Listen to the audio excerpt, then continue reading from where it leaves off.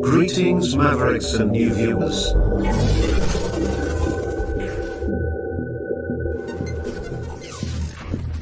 Tonight, direct and live from the Maverick News Network World Studios. This is Maverick News with Rick Walker.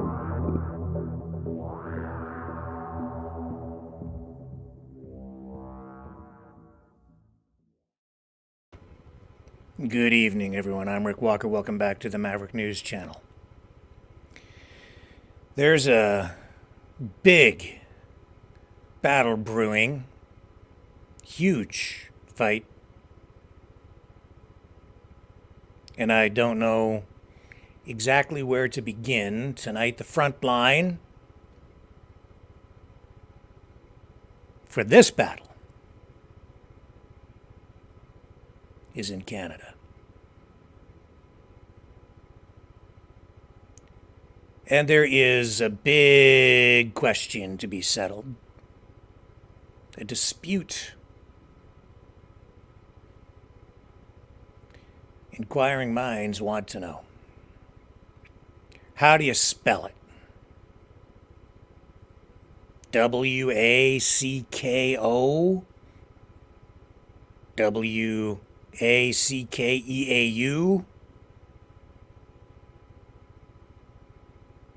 Canadians really...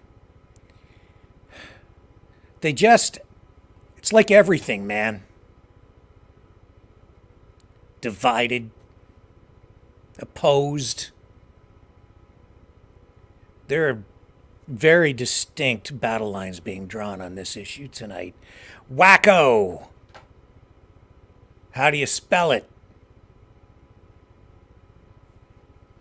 We'll present the evidence. We'll present both sides of the story, and you'll have to decide for yourself.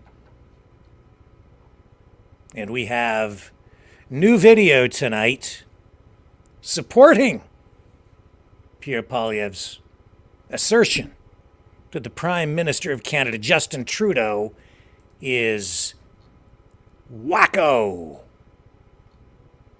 I'll be right back.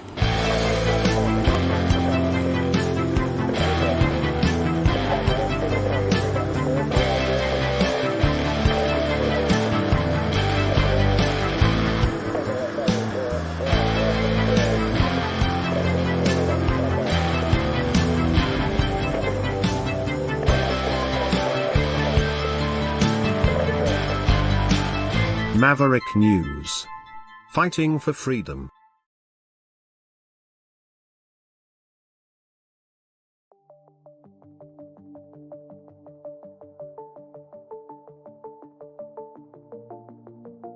Greetings, brave Mavericks. Our quest for truth continues. We go beyond fake news. Together we expose propaganda.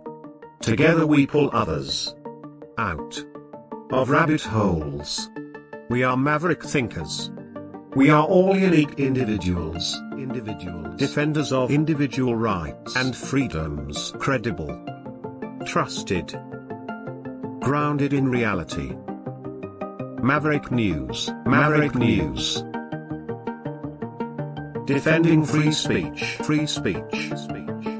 Donate at freedomreporters.com. Do it now. Tomorrow may be too late. Maverick News. The world is watching.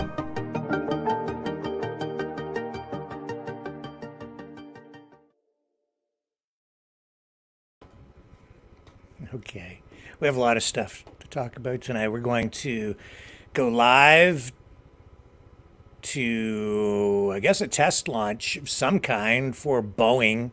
They're playing catch up in the space race in the private sector. I guess they have a capsule ready to launch some human beings like spam in a can up into the final frontier. So we'll dig into that tonight. What else do we have? We have... Oh my, I have so much on my list. I'm going to show you the new SpaceX spacesuit. We're going to show you I think if we have time, the capture of an American tank, an Abrams tank, big deal in Ukraine, I guess. The mighty Abrams captured. Canadian forces. They have what people thought was their new logo. It's just a prototype, but it has sparked controversy. We'll show you that as well.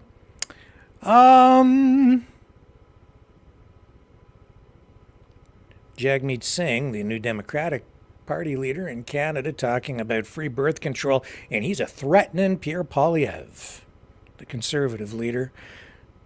We'll show you what he had to say about all that. Free birth control. And, yeah, there's the kind of the big things, and anti-Semitism on campuses in the United States, the home front war between pro-Palestinian protesters, demonstrators, uprisers versus the pro-America, pro-Israel contingent continues, but is sort of fading away, at least for the weekend, it seems, not really quite resonating in the news cycle in the way that it was earlier, even just yesterday and earlier in the week. But we'll discuss it a little bit tonight. So all kinds of stuff to get into this evening. But let's start from the beginning, which is about Justin Trudeau, the Prime Minister of Canada. He released a new video today because it is May the 4th, and Trudeau is a huge Star Wars fan, major geek. So I have to admit, I love Star Wars too. I mean, 1977, the release of the first Star Wars film, I was hooked from the beginning, man. I can't tell you how many times I went to see that movie. So if there is one thing, and maybe one thing only, that I agree with when it comes to Justin Trudeau, it is that Star Wars was not just a great movie, it's a great franchise. But he's under fire for his latest Star Wars video that he stars in. Some people loving it, other people, like Ezra Levant, not so much. I guess some people are trying to show him in sort of a negative light with this tongue-in-cheek video, saying that he's kind of, well, juvenile, maybe?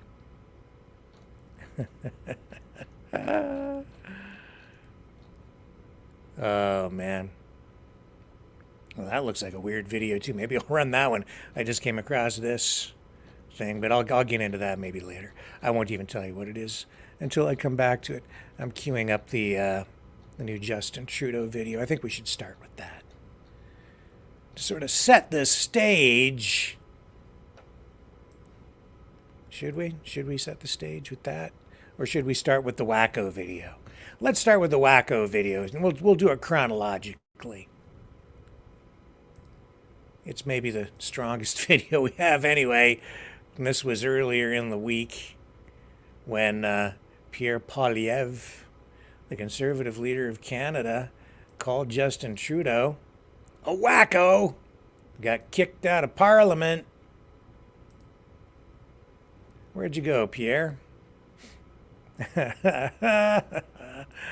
Yeah, it's political theater, that's for sure. Well, I'll tell you what, let's start with, I've changed my mind. We're going to start with the new, because it's the newest. So we'll dig into this first. It's the new, no, I have it queued up. I do. I already have it. Okay, we'll do this. Here's the video that started it all earlier in the week. Pierre Poilievre in the House of Commons, Parliament, question period, and this is where he scored big points by getting kicked out of the House. It is a choice for him to implement extremist policies that have taken the lives of 2,500 British Columbians every single year. Since the NDP has asked him to reverse course on his and formerly their radical policy. 22 British Columbians have died of drug overdoses. But he continues to allow those drugs to kill the people in our hospitals and on our public transit. When will we put an end to this wacko policy by this wacko Prime Minister? No.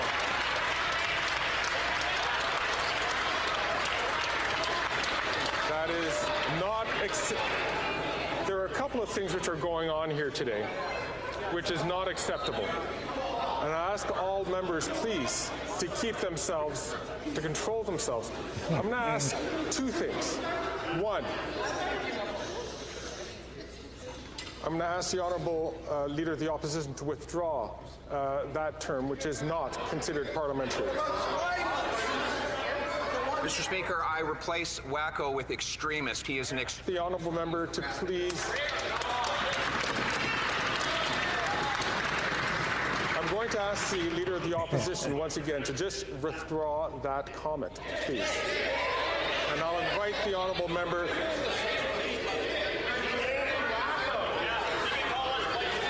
I'm going to ask the Honourable Leader of the Opposition to please withdraw that comment and simply withdraw that comment.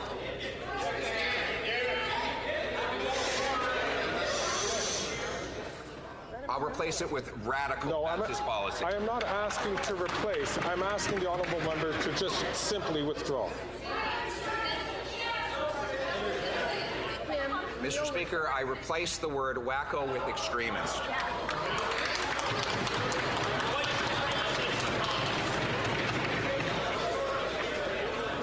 I'm going to ask the Honourable Leader of the Opposition one last time to please withdraw that comment and simply withdraw that comment. I simply withdraw and replace with the aforementioned adjective. Uh-oh, gonna get a spanking. Mr. Polyev, I have to name you for disregarding the authority of the chair. Pursuant to the authority granted to me by Standing Order 11, I order you to withdraw from the House and from any participation by video conference for the remainder of this day's sitting. Okay, so that's the way it started earlier this week, and then after that, it kind of went viral in its own way. So, yeah, and I think we're gonna get Wacko Trudeau T-shirts here. Some people seem to want them. Oh, it's funny, man. It's just theater. Don't take it too personally, Justin. It's just part of your job. You know that. Wacko. Today, Trudeau kind of helped things along by releasing this video marking May the 4th. May the 4th be with you. He's a big Star Wars fan. Okay, here, let's watch the video. I'm sure you'll enjoy it. Take it away, Justin.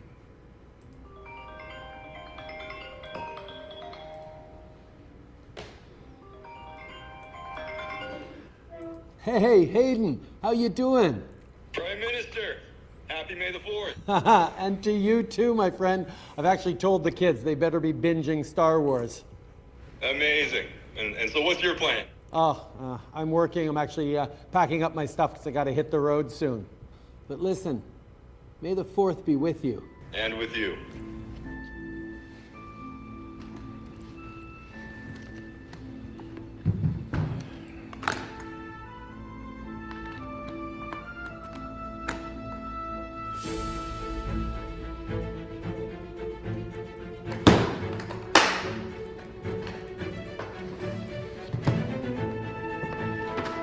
Uh-oh.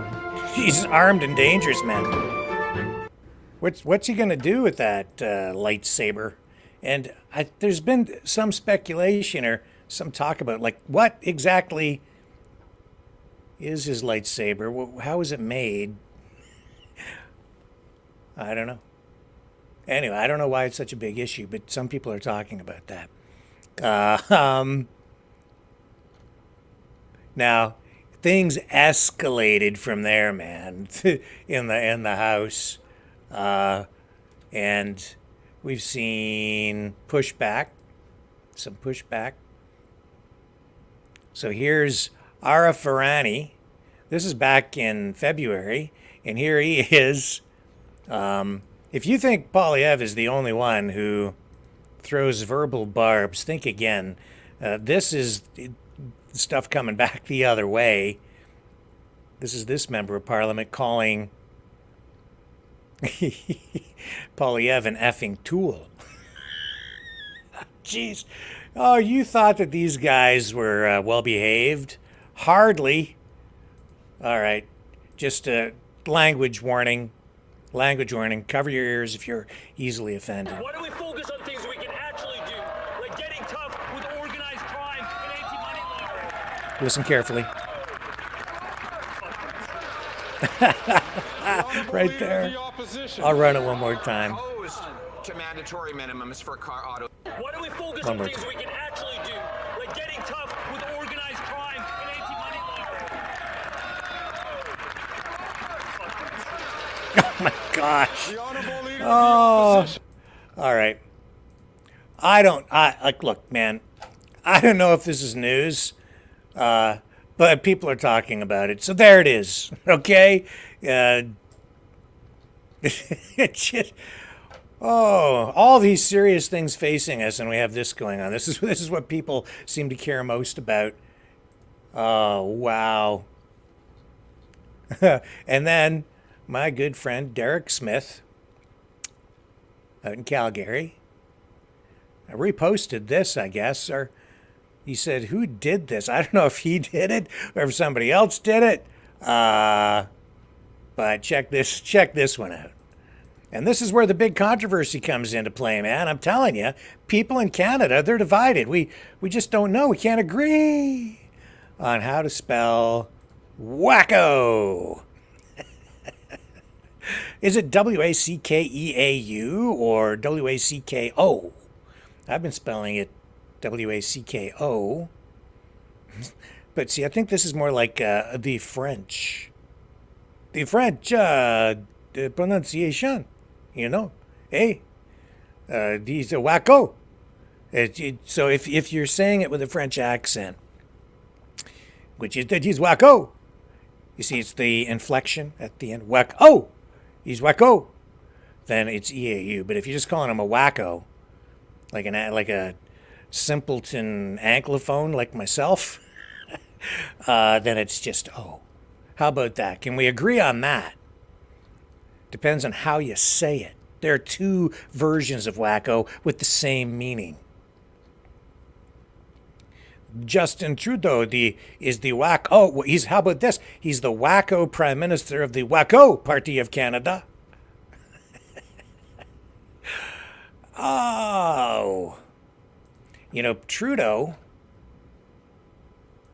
has been a lifelong Star Wars fan and always in the limelight.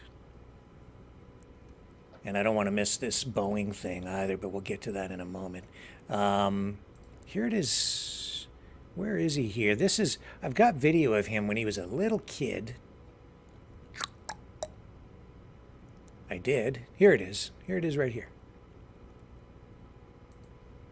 Yeah, this is Trudeau when he was a little kid going to Return of the Jedi. And the media shows up. He's there with his dad, Pierre Trudeau. And the media takes a look at him here. Now, I don't know if I can run this because CBC stuff, it's probably copyrighted. I'm not going to run the clip because they'll probably nail me with copyright. But I'll just show you a couple of still shots.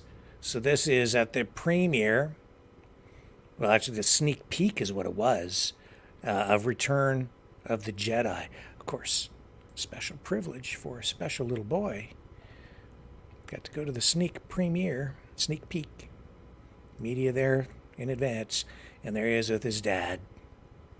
And he said that the movie was awesome and was better than he expected. So he comes by it honestly. And I guess how old is Justin Trudeau? How old is Justin Trudeau? 52? Oh, he's just a youngling. I'm older than he is. Yeah, don't worry, Justin. You'll be over the hill just like me soon, too. 52. I didn't realize he was that old. See, it doesn't seem that old to me. Doesn't act his age. Oh, man. Oh, what can I say? But there he is. He was there with some friends. His dad, Return of the Jedi, today, making his own little Star Wars short. And here he is. In social media, people were, especially during his honeymoon phase, when people were swooning over him, in particular, women who were like, oh, he has such nice hair, and I love his socks. And there he is. Oh, look, there's a Millennium Falcon behind him on the shelf. People made a big deal out of that. Why, I don't know, but they did. They cared about the stupidest of things, honestly. And here are his Chewbacca socks. Mr. Fancy Socks himself. Mr. Prime Minister. And your Chewbacca socks, your Star Wars socks, Mr. Socks. There they are, just over on the right-hand side, see? Everybody, they're very worried about your socks. And here he is. He's posing with Chewbacca. It's Mr. Chewbacca, and Justin Trudeau wants to take away his gun. Mr. Chewbacca, I want your blaster, sir. Or your blaster control in this country. And there's his C-3PO socks, too. He has C-3PO socks. And his best friends are stormtroopers and Darth Vader, of course, eh? Because they're all totalitarian authoritarians trying to take over the galaxy, and together they made a deep and dark, a secret deal. They had a secret meeting, and when he was departing the Death Star, he shook hands with the stormtroopers and gave Darth Vader a great big kiss on the helmet. And again, I don't know if this is news, but it is May the 4th. And, yeah. I don't know what else to tell you, man. I don't know what else to tell you. He has a funny smile sometimes. You ever notice that? And I was thinking, what do you call someone who is a Star Wars fan? You're either a Trekker or a Trekkie if you like Star Trek. But if you like Star Wars, I guess there's no real name to call someone who's I've heard Warzy, but I don't think that's really stuck. So whatever it is, Trudeau's definitely on the Star Wars side of the equation.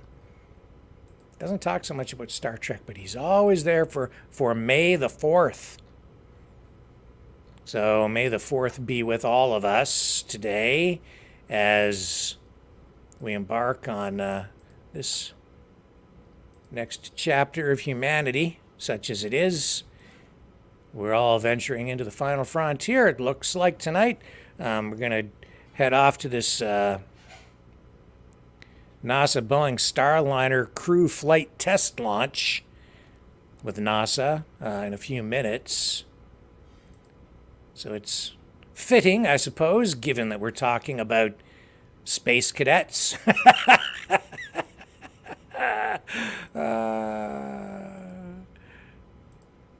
Wacko space cadets. Boeing is going to launch astronauts into space aboard a new capsule. They've had delays and problems, but they're finally poised to launch astronauts to the International Space Station for NASA. So it's going to be the first flight of Boeing's Starliner capsule with a crew on board. They'll put a pair of human beings into a spam can and light the fuse, send them off into the atmosphere and hopefully up into space, and hopefully they arrive at the space station safe and sound. They're way behind companies like SpaceX. But Boeing is finally ready to get the job done. One has to wonder, though, with the quality control issues that they've been facing, if the doors are going to stay on that capsule. I guess we'll find out a little bit more in a minute when we go to the live feed from NASA to mark the beginning of this test. So I guess, what's this thing look like? It's white with black and blue trim. What's white and black and blue all over with trim? Or trimmed up with blue? It's the Boeing Starliner capsule. It's about 10 feet tall, 15 feet in diameter, and it can fit up to 7 people. Apparently. But I guess the optimum number, or the optimal number, is 4. It's called the Starliner. And this time, I don't think they're taking William Shatner with them. So who is going to be the crew? Veteran NASA astronauts Butch Wilmore and Suni Williams, and retired Navy captains. They're going to be, I guess, aboard. They're joined on the test flight, or will be joined. Am I reading this right? I've got the information up in front of me here. I don't really know who it is. Wilmore, I don't. This is confusing, this information that they've sent out. We'll find out more in a few minutes when we actually get to the live feed, I guess. So all this is set to rock and roll, I think, on Monday. And we are going to show you the live feed coming out of NASA in just a moment.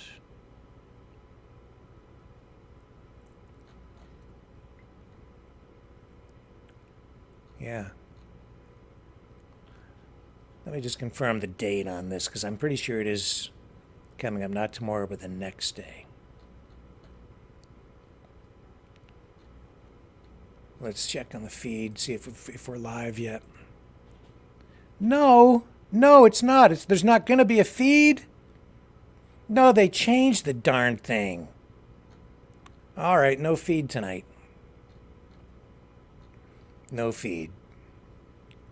I guess there won't be one now until Monday. I don't know what they're doing over there. False alarm, false launch. Abort, ladies and gentlemen. That's okay. We have other news to talk about tonight. So the live feed is cut. Not going to happen. End of that. No problem. We'll just carry on as though nothing happened.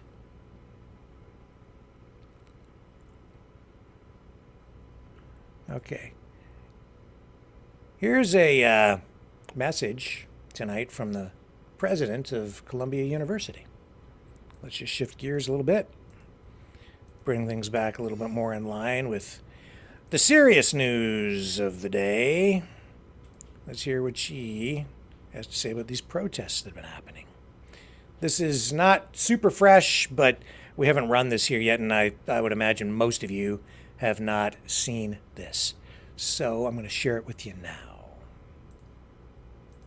These past 2 weeks have been among the most difficult in Columbia's history. The turmoil and tension, division and disruption have impacted the entire community.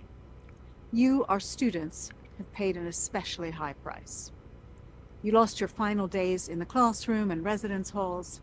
For those of you who are seniors, you're finishing college the way you started, online. No matter where you stand on any issue, Columbia should be a community that feels welcoming and safe for everyone. We tried very hard to resolve the issue of the encampment through dialogue. Many people who gathered there were largely peaceful and cared deeply about the humanitarian crisis in Gaza. Academic leaders talked with students for 8 days and nights. The university made a sincere and good offer, but it was not accepted. A group of protesters crossed a new line with the occupation of Hamilton Hall. It was a violent act that put our students at risk, as well as putting the protesters at risk. I walked through the building and saw the damage, which was distressing.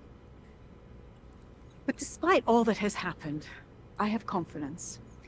During the listening sessions I held with many students in recent months, I've been heartened by your intelligence, thoughtfulness, and kindness. The ones that impressed me the most were those who acknowledged that the other side had some valid points. We need more of that at Columbia. Every one of us has a role to play in bringing back the values of truth and civil discourse that polarization has severely damaged. Here at Columbia, parallel realities and parallel conversations have walled us off from other perspectives. Working together, I know we can break down these barriers. As many of you know, I was born in the Middle East. I grew up in a Muslim family with many Jewish and Christian friends. I spent 2 decades working in international organizations with people from every nationality and religion in the world, where if you can't bridge divides and see the other side's point of view, you can't get anything done. I learned from that experience that people can disagree and still make progress. The issues that are challenging us, the Palestinian-Israeli conflict, anti-Semitism, and anti-Arab and anti-Muslim bias, have existed for a long time. And Columbia, despite being a remarkable institution, cannot solve them single-handedly. What we can do is be an exemplar of a better world, where people who disagree do so civilly, recognize each other's humanity, and show empathy and compassion for one another. We have a lot to do, but I am committed to working at it every day and with each of you to rebuild community on our campus. And there's that. Well, that's going on. We have this guy representing the Houthis. And I guess he is saying that they want to take in, at the University of Sana'a, activists who have been expelled from university in the United States. This is an interesting development. So, you know, we've seen this past week protesters on their knees, bowing down and participating in Islamic prayer sessions. And then this guy's saying, come on over to Yemen. If you got expelled, we'll take you. So you go there, and you know what they're going to teach you. It won't be Western values. I guarantee that. Maybe a little Islamofascism with a healthy dose of authoritarianism and a whole heap and help of religion. And it's not going to be Christianity. Guaranteed. If you're gay, if you're a lesbian, transgender, LGBTQS+, or any other letter of the alphabet, I don't recommend you go. Just saying. Just saying. But hey, different strokes for different folks. If you're with Queers for Palestine, knock yourself out. Go ahead. How about this dude? Says here, Bradford has rejected Zionism. Anyone that stands with Zionism, we are coming after you. Free Palestine! Labor suffered key losses in areas with high Muslim populations over Gaza, where, they've had elections. In places like Britain, where the London mayor has been elected now for 3 terms. That's historic. I don't think it's ever been done before. Interesting. And let's listen to what this guy has to say. Go ahead, take it Today away. in Bradford, not only have we taken Little Houghton, Great Houghton, Manningham, Heaton, City Ward, and Collar. I'm going to tell you something here. This is a clear message to Starmer. Bradford has rejected Labour. It's rejected Zionism. And this is a message to you, Nash Shah and Imran Hussain. We are coming for you in the general election. Anyone that stands with Zionism, we're coming after you. Free Palestine! Free Palestine!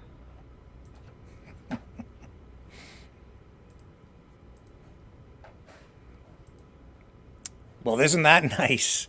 Fantastic. So, these guys here,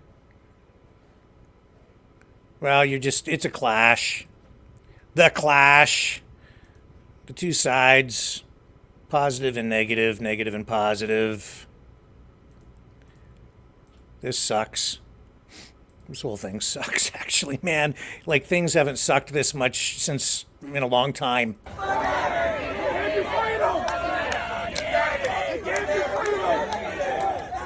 Yeah. These people hate America. These people still love it. Oh, that's nice talk. That's fantastic, isn't it? Let's have civil discourse. Go F yourself.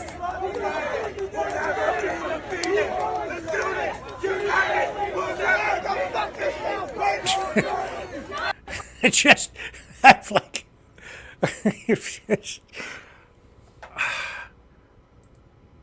did you see that guy jumping up and down yelling, "The Students United will never be defeated"? Like, does he even know what he's protesting about? Probably not. Not really. It's just mass formation psychosis. It's like these chants, they're used as a tool to indoctrinate people and get people to get out there in numbers and support anything.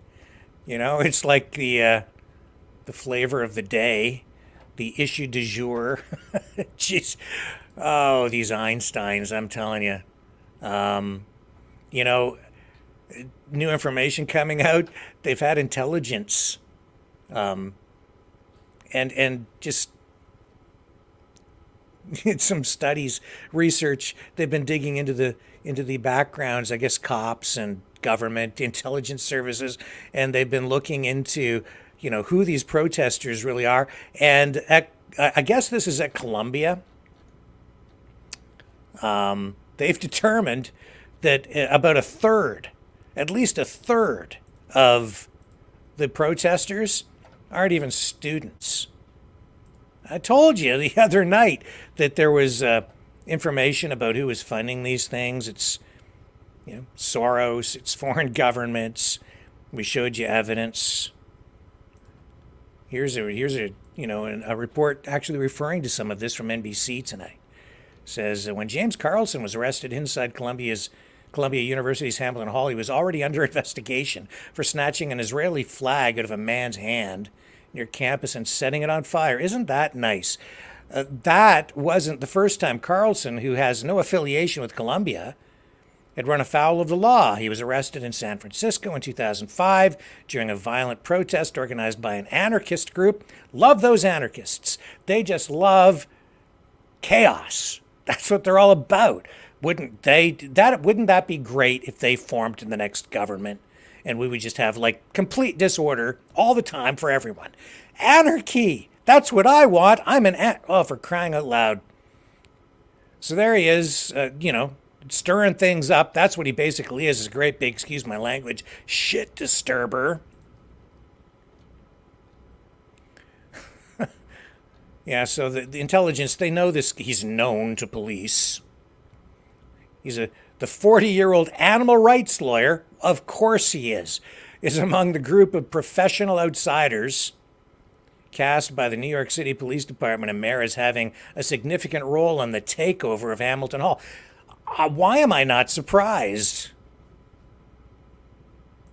It's the same people. You see them all the time. Large, drawn-out protests like the one at Columbia have a tendency to attract people with a diffuse set of ideologies and motivations, experts say. Roughly 30% of those arrested at Hamilton Hall on Tuesday had no affiliation with the school, according to university officials. But while there is no doubt the occupation of the building amounted to a dramatic escalation in tactics, it remains unclear how large an influence outsiders like Carlson have had on the overall student protest movement at Columbia and nearby colleges, which began more than 2 weeks ago, blah, blah, blah, blah, blah, blah, blah. And then the media, which I would say is, you can throw it either way, I guess, and make your arguments, but I would say the mainstream media is pretty pro-Palestine overall. And they're making excuses for this guy, for his bad behavior.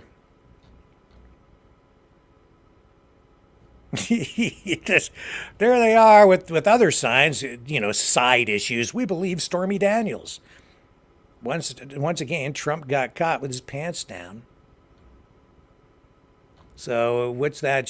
This woman's name is Fithian,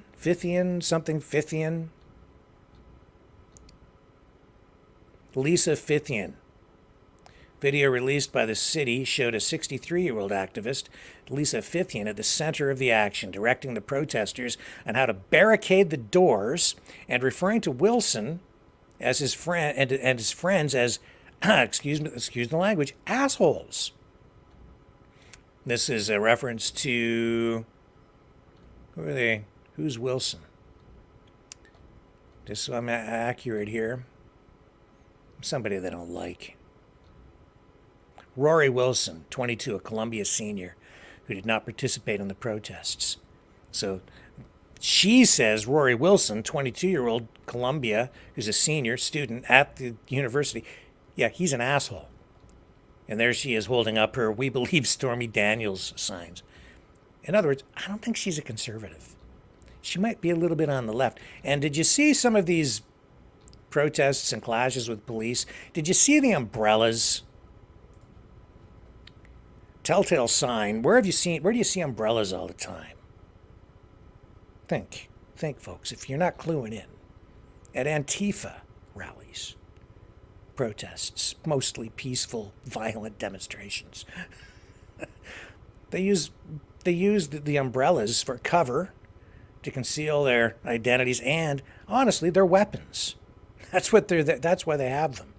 All right, if it's just carrying my umbrella on this bright, sunshiny day, it's not a weapon, even though it's got a pointy end on it and pointy things on the ends or all the way around the edges, and it's a pole. You can jab somebody with it, and the cops are trying to pull the umbrellas away from some of these uprisers.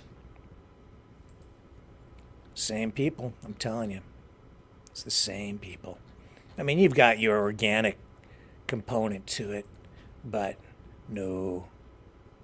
These people are known to police and known to authorities, and they're out there agitating again. They are not friendly to America. And they're using this issue to really ramp it up. But this is too much. This, honestly, I mean, I can't even. This is not funny at all. I do see humor in the stupidity around a lot of this stuff, but not this. You see this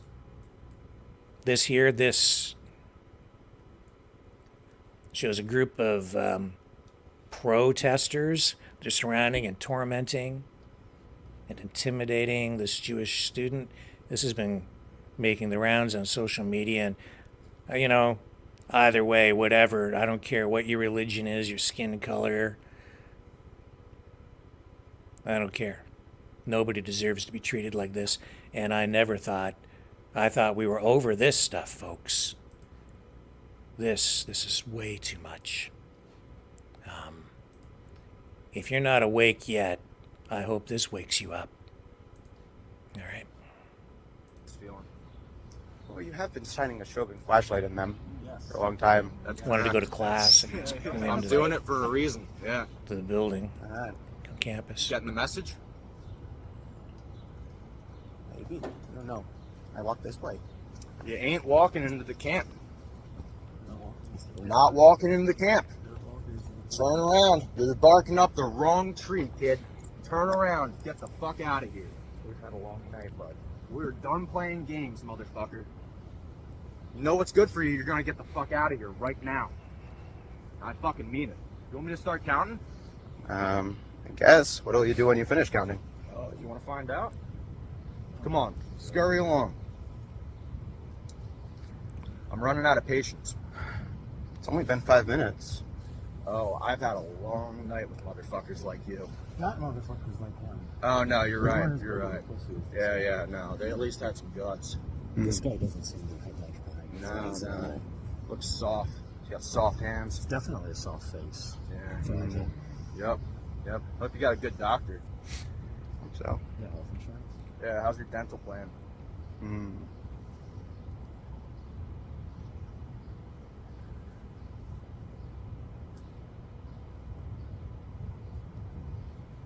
Come on, run along now. Play somewhere else. Gotta get to school soon, too. You guys have to get to school. Well, your principal's gonna worry about you. I see.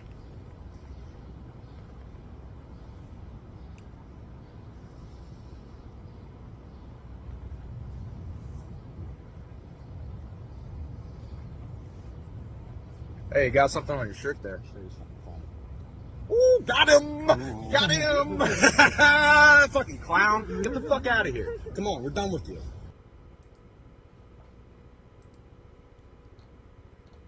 Excuse my language. Fuck those pricks.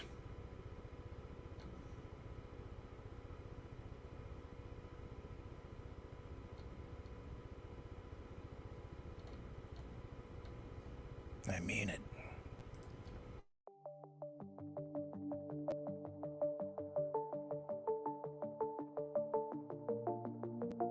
Greetings, brave Mavericks.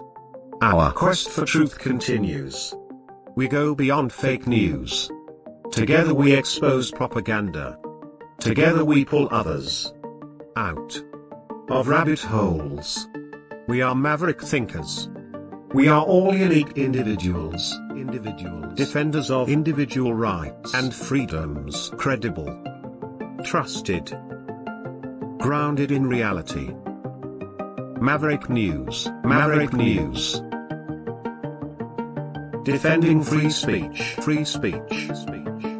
Donate at freedomreporters.com. Do it now. Tomorrow may be too late. Maverick News. The world is watching.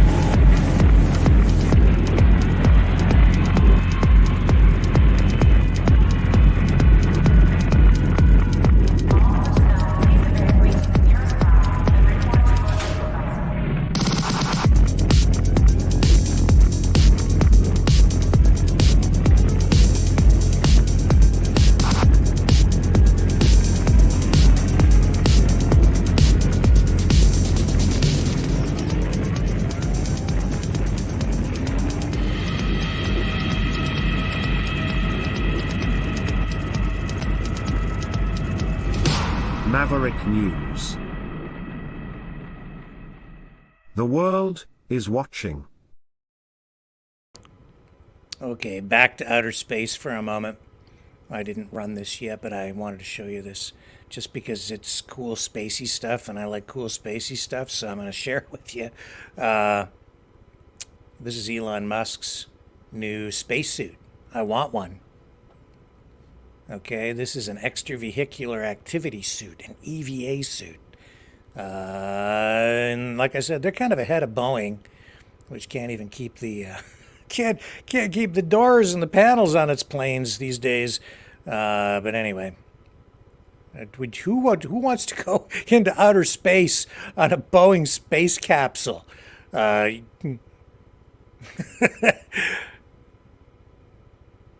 Anybody want to go for a ride on a Boeing space capsule? How many guys have died? How many whistleblowers?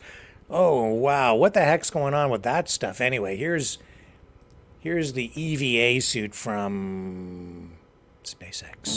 Suit flow initiated. Stand by for Dragon venting sequence.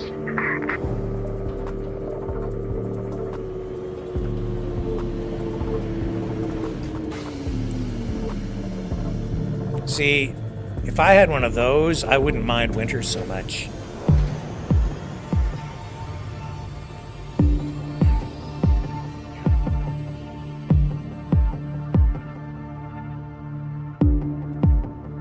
That's what you need if you live in Canada.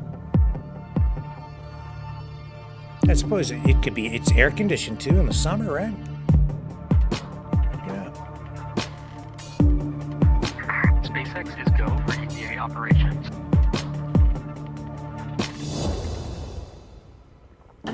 Suit flow initiated. And there you go. So I guess this suit is like better than the last suit. It's just whatever. Like, I don't know. It's cool, man. It looks like it's out of a movie. That's all I care about, honestly. I don't really even know a lot about it. I don't have a lot of information. It's just a cool spacesuit.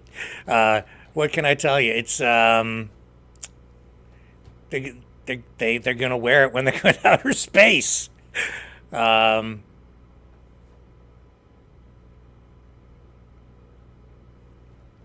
So what am I going to say? I have the information here, and I haven't even read it yet. But they're going to go on a 5-day mission on something, I guess, some mission, because they keep launching these crews into space.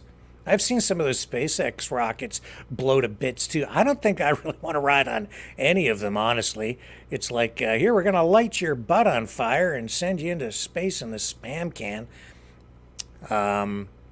During the 5 days mission, the crew will conduct SpaceX's inaugural extravehicular activity from the Dragon spacecraft, making it the first commercial astronaut spacewalk.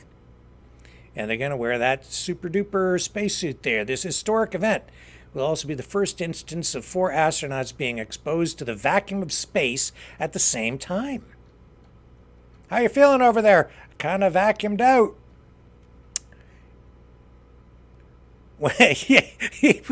That reminds me, when I was in college, there was a guy who was a classmate, and just, oh my God, they called him Hoover. You know why they called him Hoover? Because he smoked so much dope. I was like, he did not graduate.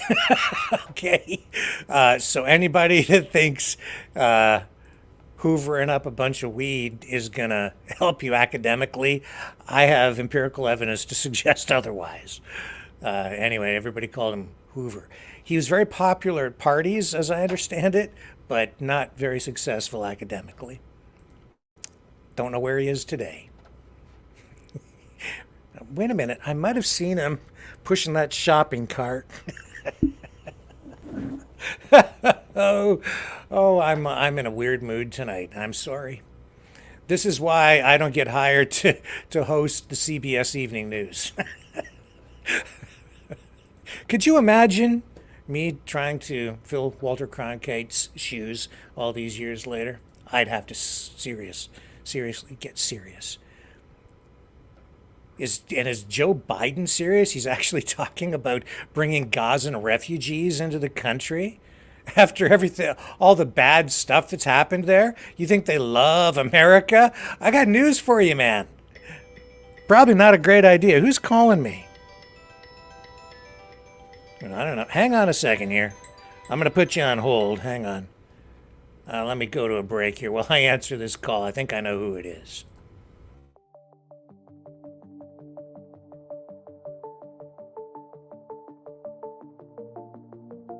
Greetings, brave Mavericks. Our quest for truth continues. We go beyond fake news. Together we expose propaganda. Together we pull others out of rabbit holes. We are maverick thinkers. We are all unique individuals, defenders of individual rights and freedoms, credible, trusted, grounded in reality. Maverick News, Maverick News. Defending free speech, free speech. Donate at freedomreporters.com. Do it now. Tomorrow may be too late. Maverick News. The world is watching.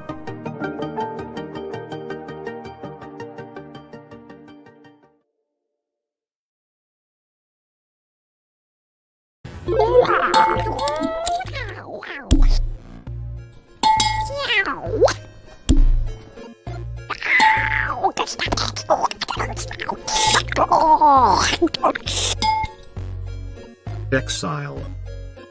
The Knights of Malta. Maverick News. Join us. The world is watching.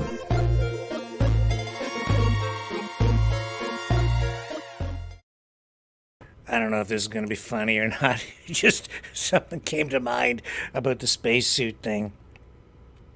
You ever see that movie with Harland Williams, the comedian? What's that movie? I got to tell you about this.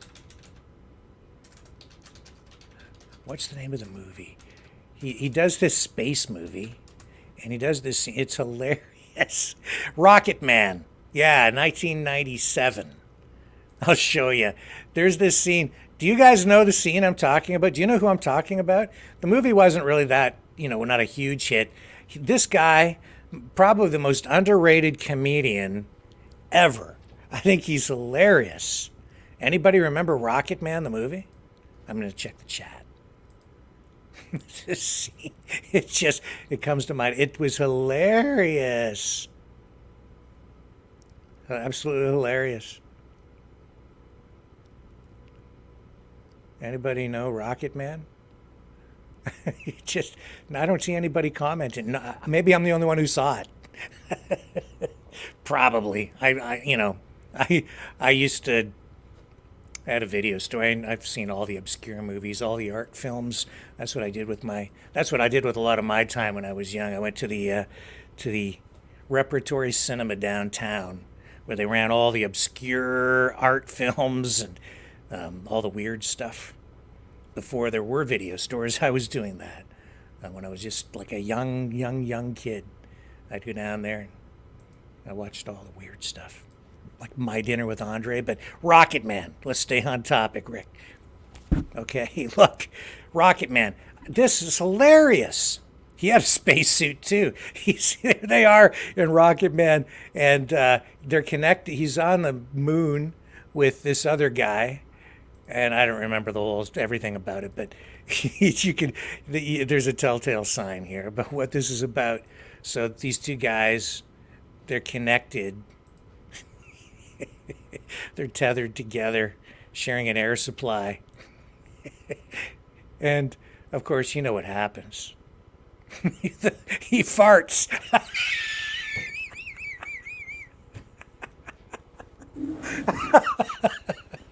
Oh, my God. It's just, they make flying into space look so glamorous, right? They make it look so adventurous, so adventuresome, or whatever. Oh my God!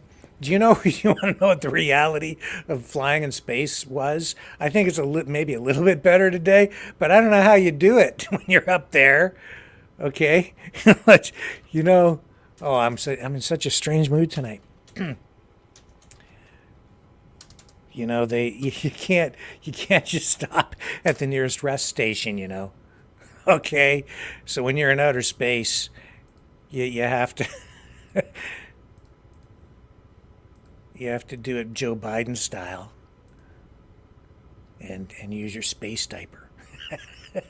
Jesus. Oh, I don't know. Why do women find astronauts so attractive? I'm kind of like, no, not cool, man. Not cool at all. You can poo your pants. Jesus. Oh my God. It's just, that's what astronauts do. Are you ready to come in there, Joseph? Oh my God. Let's bring our friend in here who hasn't been on the show in a while and see what he has to say about astronauts and their poopy pants. Oh my God. You came in at the perfect time. What a stupid show this is. Well, thank you. My green screen ain't working. Let me.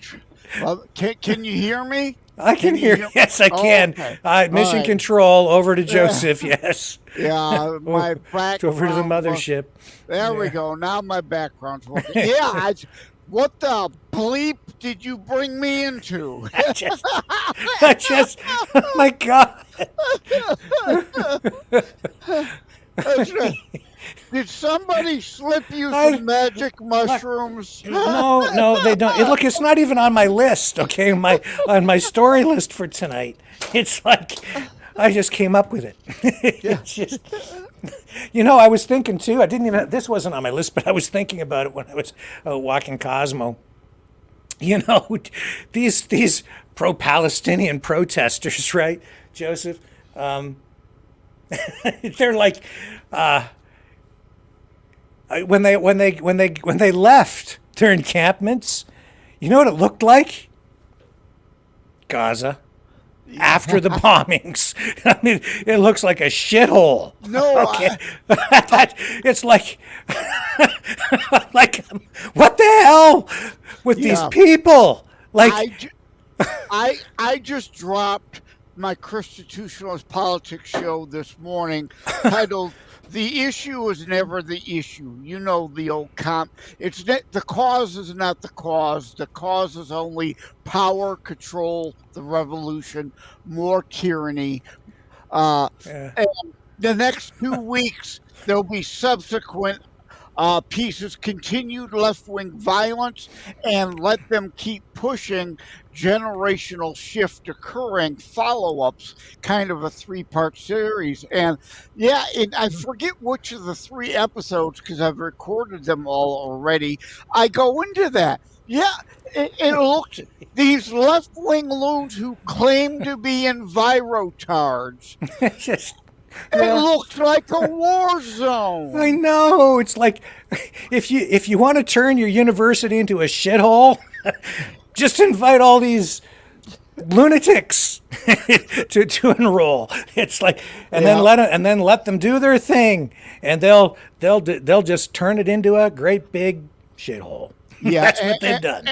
And the man on the street style interviews again demonstrates a lot of these people are just there. They have no clue why they're there. Yeah. They just want to be right. They know to parrot free Palestine, but ask them, where was there ever a Palestinian nation? Blank stare. Who was an emperor, prime minister, president, whatever, of Palestine? Blank stare. Never existed. Never was one. Where did the term Palestinian come from? They have no idea the history of the Roman emperor, is labeling them from biblical Philistines occupying Judeo land that the Romans displaced. They were occupiers, and it was a slur the Romans gave them. They don't know anything but to parrot Free Palestine! Well, it's got a good rhythm and a good beat, and you can dance to it. So it's like, and I'm sure there are a lot of heads blowing up because of what you just said. If you listen to, I don't know, Max Blumenthal or Richard Medhurst, Enemy of America, they'll tell you a completely different tale. So two very opposing or opposite points of view, Joseph. Do you care to elaborate on what you've said about Palestine not ever really being a real nation state? Well, again, show me any map where there was a nation of Palestine. Yes, some maps, including from the British, labeled a Palestinian territory, again, based on the Roman emperor label and designation of such. No such nation existed. 5 times they were offered a Palestine nation. 5 times. That's actually 10, Joseph. Okay. Sorry, You're right, man. yeah. I'm sorry, yeah. 5 times. One hand. Now you're five fingers, now you're an evil Mason, okay? Oh. And part of the Rothschilds clan. Because now I am too. I'm sorry. Well, oops. White power, brother. White power, right? Yeah. Oh, God Almighty. Well, you're A-okay with me, so it's all right. But no, 5 times they were offered a Palestinian nation to be formed. They rejected it every single time. Now, in Gaza, indeed, Hamas was elected by the people. They had peace. They had self-rule. Israel was out of it. Who broke that peace? They did on October 7th. So you don't get to dictate the terms of Israeli surrender when they are defeating you after you started the war. And now that you're losing, you want them to surrender. What? That's not how these things work. Well, I'm glad we got you back on here tonight to share your views on it. We've had so many people opining on this, not just here, but on, everywhere. Everybody seems to have an opinion on this one way or another, and I hear a lot of different versions of history when it comes to Palestine, that's for sure. Yeah. Well, show me it in the history books. Again, I could show you on a map a Palestinian territory labeled by the British based on the Roman Emperor declaration of such, but never, ever a nation. Show me one Palestinian nation minted coin. Show me. Mm-hmm. Show me the proof. Show it to me. Well, I've got facts. They've got feelings and preferred narratives. Yeah, and a conscious decision to ignore the outcome of like World War II. Yeah. It's like, well, I know they didn't win the war. You're just a bunch of colonizers. Pick your war. Like they just ignore it. They want to relitigate today, and as though this is what I'm saying. So I'm glad you used that term, right? Leftist idiocy. You're a bunch of colonizers. Say the people occupying land that doesn't belong to them to protest on. A colonization, if you will. They will not understand the hypocrisy of it because they don't know the words except for what they want to twist and manipulate them to be. And again, all of history is one group invading another group. The Native Americans weren't pure, living on the land in peace and harmony. What belonged to the Cherokee once belonged to the Blackfoot, once belonged to the whatever other tribe. They took land back and forth from each other too. So spare me your ignorance of history. And if you want to talk about the First Nation stuff, we could really dig into it in another program, because what we've seen happening here in Canada is the Prime Minister and the Liberals up here in Canada, like they are rewriting treaties. They've rewritten now, I think, 26 of them. which now those 26 treaties cover about 40% of the landmass of Canada. So, and they're going to continue to go. Where they just had another news conference Thursday, I think it was, to talk about this. I ran clips from it with Justin Trudeau. This is transformative as well, and this is. I haven't read these treaties. I want to. I've read some of the old ones, and but there's a much bigger story behind all of this, and that's why they were at McGill University in Montreal, and the chant that was broadcast here live when our good friend and contributor Dragon was out there doing great work, live streaming from McGill. You could hear the chant. From Turtle Island to Palestine, occupation is a crime. So what does that mean? Do you know what Turtle Island is? It's all of North America and part of Central America, which means they want all of that land returned. Anybody who's here that they deem to be a colonizer, I guess, has to go or pay rent, or I don't know what it is. So where does that go? And again, they use the occupied, occupation from people who are doing what? Invading a piece of property and occupying it that doesn't belong to them. They won't get it. They will never get it. They can't see beyond their slogan to understand the hypocrisy. Except that I think that the people organizing these things, the real driving forces behind it, do understand, because they're getting what they want. They just renegotiated, or I think almost unilaterally agreed to, the government was like, yeah, we're just going to rewrite these treaties. We have the United Nations Declaration of Rights for Indigenous Peoples. We have a growing anti-colonialist movement. They've started to inject this ideology, these teachings, this rewriting of history into all of our schools and institutions. You have re-education.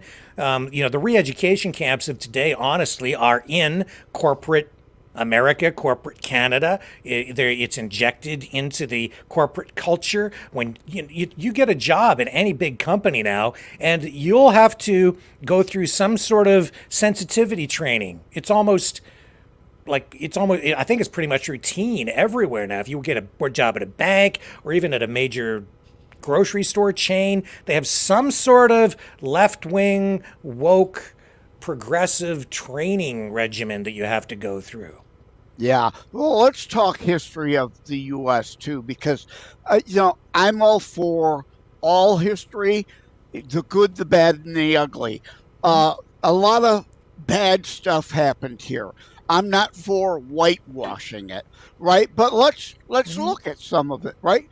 Who fought to keep slavery?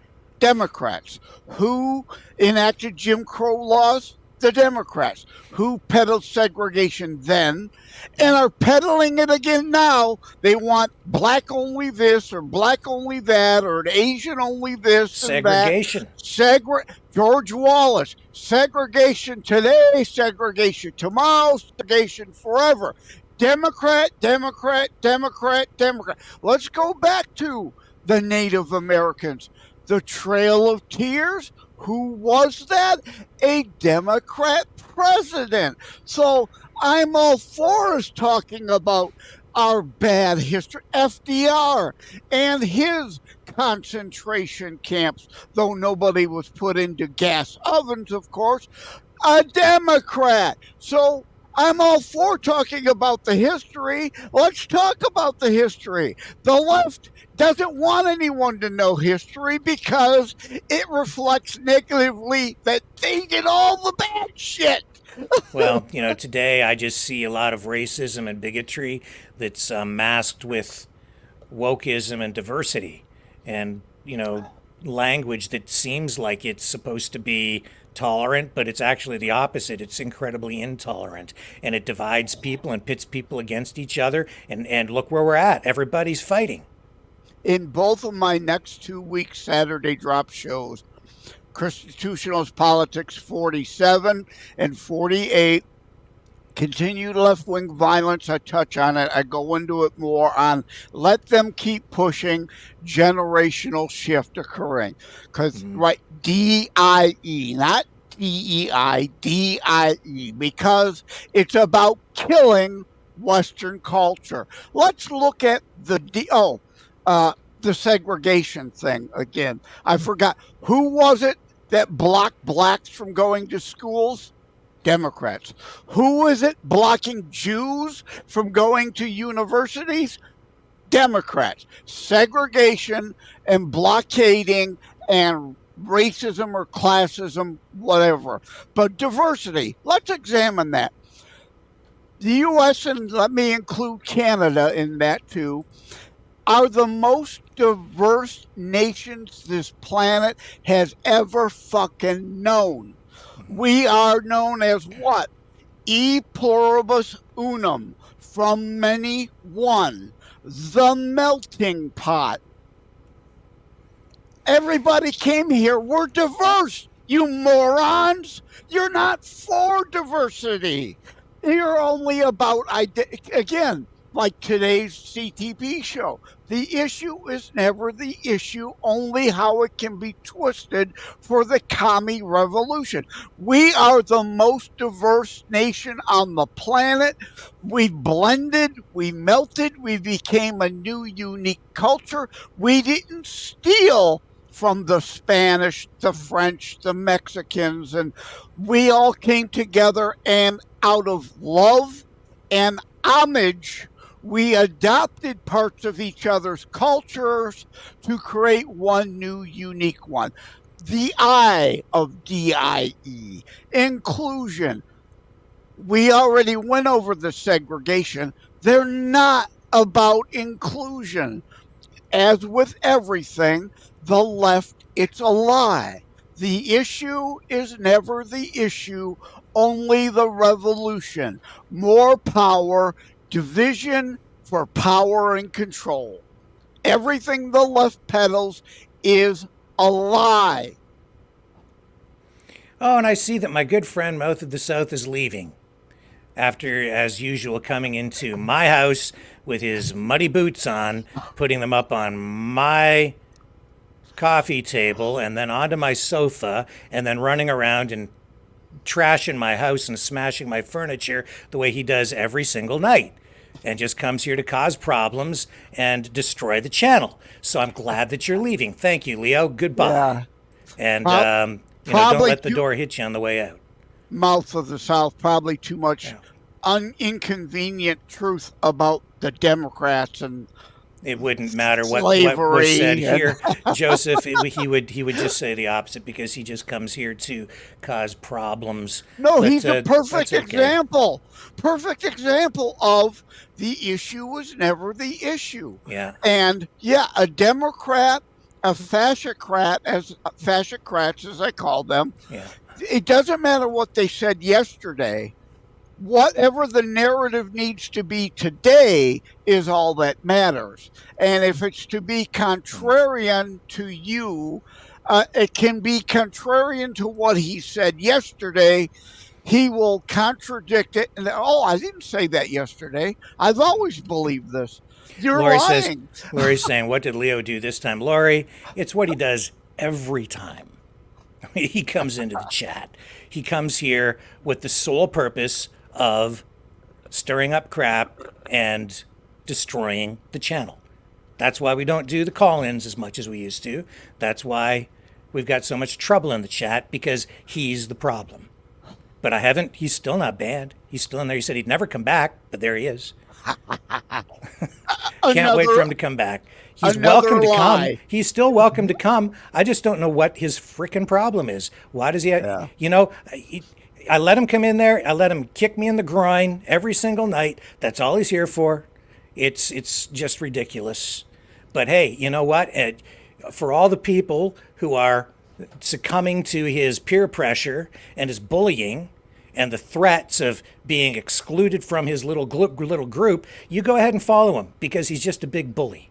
That's what he is. And I'm tired of the guy coming into, again, my house and trashing the furniture and pissing on my carpet, and then standing there going, What? I didn't do anything. Yeah. Because that's what he's doing. And well, that's what the left he's does, left, so right? good. Not Not banned. He'll be back. Yeah, it's all hate. It's all spite. It's all envy. It's all jealousy. It's all right. They can't earn their own stuff. They want to steal it from you. I guess so. Whatever. But if people here, you want to go over. I don't tell anybody where to go. It's like, you want to go watch that? Go watch whatever show you want, man. You want to go hang out in the chat over it? Go ahead. Do you want to come here? Come here. If you want to be friends with Leo, go ahead. You can still be friends with me. It doesn't bother me at all. Bothers him, though. He doesn't want anybody to be my friend anymore because he's just like freaking high school. Anyway, enough talk about him. Enough of that. I just noticed him in the chat, going off about you and about everything again and trashing the furniture and peeing on my carpet. So... Yeah, and you can see it above my head. Principles before personalities. Principles, not personalities. Joseph, really why I asked you to come on tonight was because of Kristi Noem. And I know Kristi is your VP, I love her. Dream I love her. pick, right? Yeah. And so I wanted to bring you on because I thought, you talked about it, and you haven't been on for a while, and she's into trouble now because of her new book. So I had to get you here to ask you some questions about Kristi Noem because she shot her dog. Well, I am not a cultist for anyone. I don't put on the hyper-partisan hat. Obviously, this is an issue now, but so I'm conflicted. I've gone back and forth and all around. There are things I could say to defend her. There are things I could say to, indeed, again, it's a rural urban thing. But now, did she eat the dog like Obama? Of course, putting on my red hat, I gotta say that. Right? Wait a minute. Obama ate a dog? Yeah. Oh, you don't know that? I don't know that story. What are you talking about? Yeah. While in Indonesia or whatever, he ate dog. It became on. No, yeah. It's really, you can look it up. He doesn't deny it. It's like eating a dog is okay, but, and here's where I defend her a little, is the left, of course, wants to focus Zelensky style to attack she shot a dog, leaving out the part that it was aggressive and potentially a danger to others. Unlike Biden's two dogs that bit people like crazy and probably should have been put down because they're danger to other people, overly aggressive, should have been put down. But we're not allowed to talk about that. The way she did it, of course, is the problem. But that, again, is the difference between how things are often done out on the farm versus how you take the dog that's aggressive, might maul a child if you're not careful, and euthanize it. That's the issue here. Of course, the left cannot have that honest conversation. So, yes, it's a problem. Does that knock her down the list? Most likely. It is a liability. But the other thing to say about it is that I think she knew that this was going to be an issue. So you get out front of it. You put it in your book. She could have spun it a little better in her book, right? So let's just be honest. She was a little foolish in the way she was way too honest about it. But I also want to mention about dogs. Romney, remember? Oh my God, Romney put his dog in a crate on. Huh? Have you ever had dogs? I have a dog. Yeah, my dogs would have loved to have been in a crate on the roof, soaking up all that air. But yet, that was a problem. Just, well, man, I'm going to shoot video of my dog. I haven't done it in a while. I'm going to go for another walk, and I'm going to show people how my dog does maul me every time we go for a walk. My dog does. He's like, he tackles me from behind. I put him on a long leash, right, so he can have some freedom, because I'm all about freedom, right? I'm like, be free, dog. So when we're out walking, he walks around me. It's not really super long, but he's safe. But he'll get behind me, and then he takes a running leap at me and wraps his front legs around my leg, like a little kid, and then you have to like walk down the street dragging him. He loves that crap. I don't know, man. And people are like, what's wrong with your dog? And I'm like, I like it. I guess I do. I think it's hilarious. I love it. But that is, of course, a far cry from Commander and whatever the other Biden dog is. Danger to people, constantly biting people. Yes, that's right. Oh, my. So what do you think this, okay, let's backtrack a little bit. I think the reason the media came after her so hard is because she was Trump's VP pick. So they used this to try to cancel her before he announced it. What do you think? I don't have any inside info from people I know as to that. As you know, I like her for a lot of, but let me say this, because I don't doubt there's people, well, what about this? Nobody's perfect. Trump isn't perfect. He's got a lot of issues. I'm supporting him. I'm supporting Christie because she's the best choice. And one of the reasons is I don't like identity politics. You don't like identity politics. But Abraham Lincoln didn't get to say, Gettysburg, Schmettysburg. Just let them have it. Sometimes the enemy dictates a battleground you must fight on. Mm-hmm. So she checks all the right conservative boxes, mm-hmm. as well as the identity politics boxes. We do need to fight on that battleground, like it or not. You don't just get to surrender. Surrender means lose. So she's right for all the right reasons. Is she perfect? No. Nobody is. Nobody. Not me, not Rick, not any of you watching today. Nobody. What does Sherry mean so much for Free Speech Channel? What did I do now? What did I haven't done anything, Sherry. Like what do you think I did? What is it that I don't know. Maybe she thinks you Leo's probably in some other X group or something claiming you bounced him or something. Okay, I see. Right? Yeah. No, he's not banned. He's been in there the whole time. He left. I didn't make him leave. He worked himself up into a huff. Whatever, man. I didn't ban him. Go ahead. He's not banned. No, he's been kicking me right in the you-know-whats every single night he comes in there. That's his purpose in life now, is to hate me. So, okay. Doesn't have to be. We could still be friends. He just has to stop kicking me in the groin. Yeah. Dr. Lee, so Obama shot a dog and ate it? No.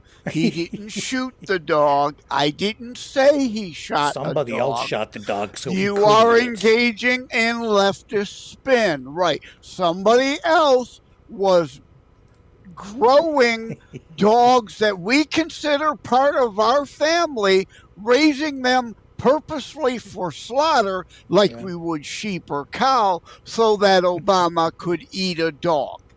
But any other time anybody, again, does anything to a dog, it's a problem. But Obama eats the dog. Would you call him a bomb bow wow? No. Bow wow, Obama? Bow wow? Obama. Obamao. Mao, as in China. Oh, in China. I thought you were like a bow wow doggy boy. No, that works too, though. That works. Now you are what you eat. Oh, my God. Oh, it's not even funny. That's terrible. You should not eat dogs. You know? No, dogs are not for eating. Dogs are for loving and for Yes. playing frisbee with and Right. stuff. Unless they're danger to others, and yes, sometimes they have to be put down. But again, the left, hypocrisy and double standards, whatever Obama did, whatever, that's great. He's God. He can do anything, right? You know, he could come to Rick's house and get Rick's dog and have his cook He's serve not him getting up anywhere in near my Italy. dog. But it would Obama be comes fine. to my town, and he ain't gonna mow down on my bow wow. No way. No sir. Obama ain't coming anywhere near my house or my dog, and that's a fact. I'm gonna warn my dog. If you see Obama coming around, you get the heck out of town. You get away from that guy. Stay away from him. He'll eat you. Oh my God. What's so Christy Nome? Can she bounce back from this, or is the mainstream media gonna be merciless and never give up on it? I think she can. She could. Will she? No, I don't have a crystal ball. Again, she's my number one for VP on the list, so I hope so. But, you know, again, removing partisan hats, obviously the left is going to continue the Zelensky assault, the deflection, the distractions, the distortion, anything and everything to solely focus just the "she shot a dog" soundbite and no context whatsoever. Meanwhile, again, Biden's dogs are dangerous and biting everybody everywhere all the time. You know. That's right. That's right. His dogs are biting people. Obama's dogs actually attack people. Biden's. Biden's dogs. Right. Yeah. Sorry. And until one of Biden's dogs kills somebody, will be the only time it'll show up on the left radars. Because again, the issue was never the issue, only the revolution. And double standards and hypocrisy will always abound, and lies and distortion is their modus operandi. This is on X. Somebody posted this saying this is a dog's worst nightmare. Follow the law in your book. What is the law?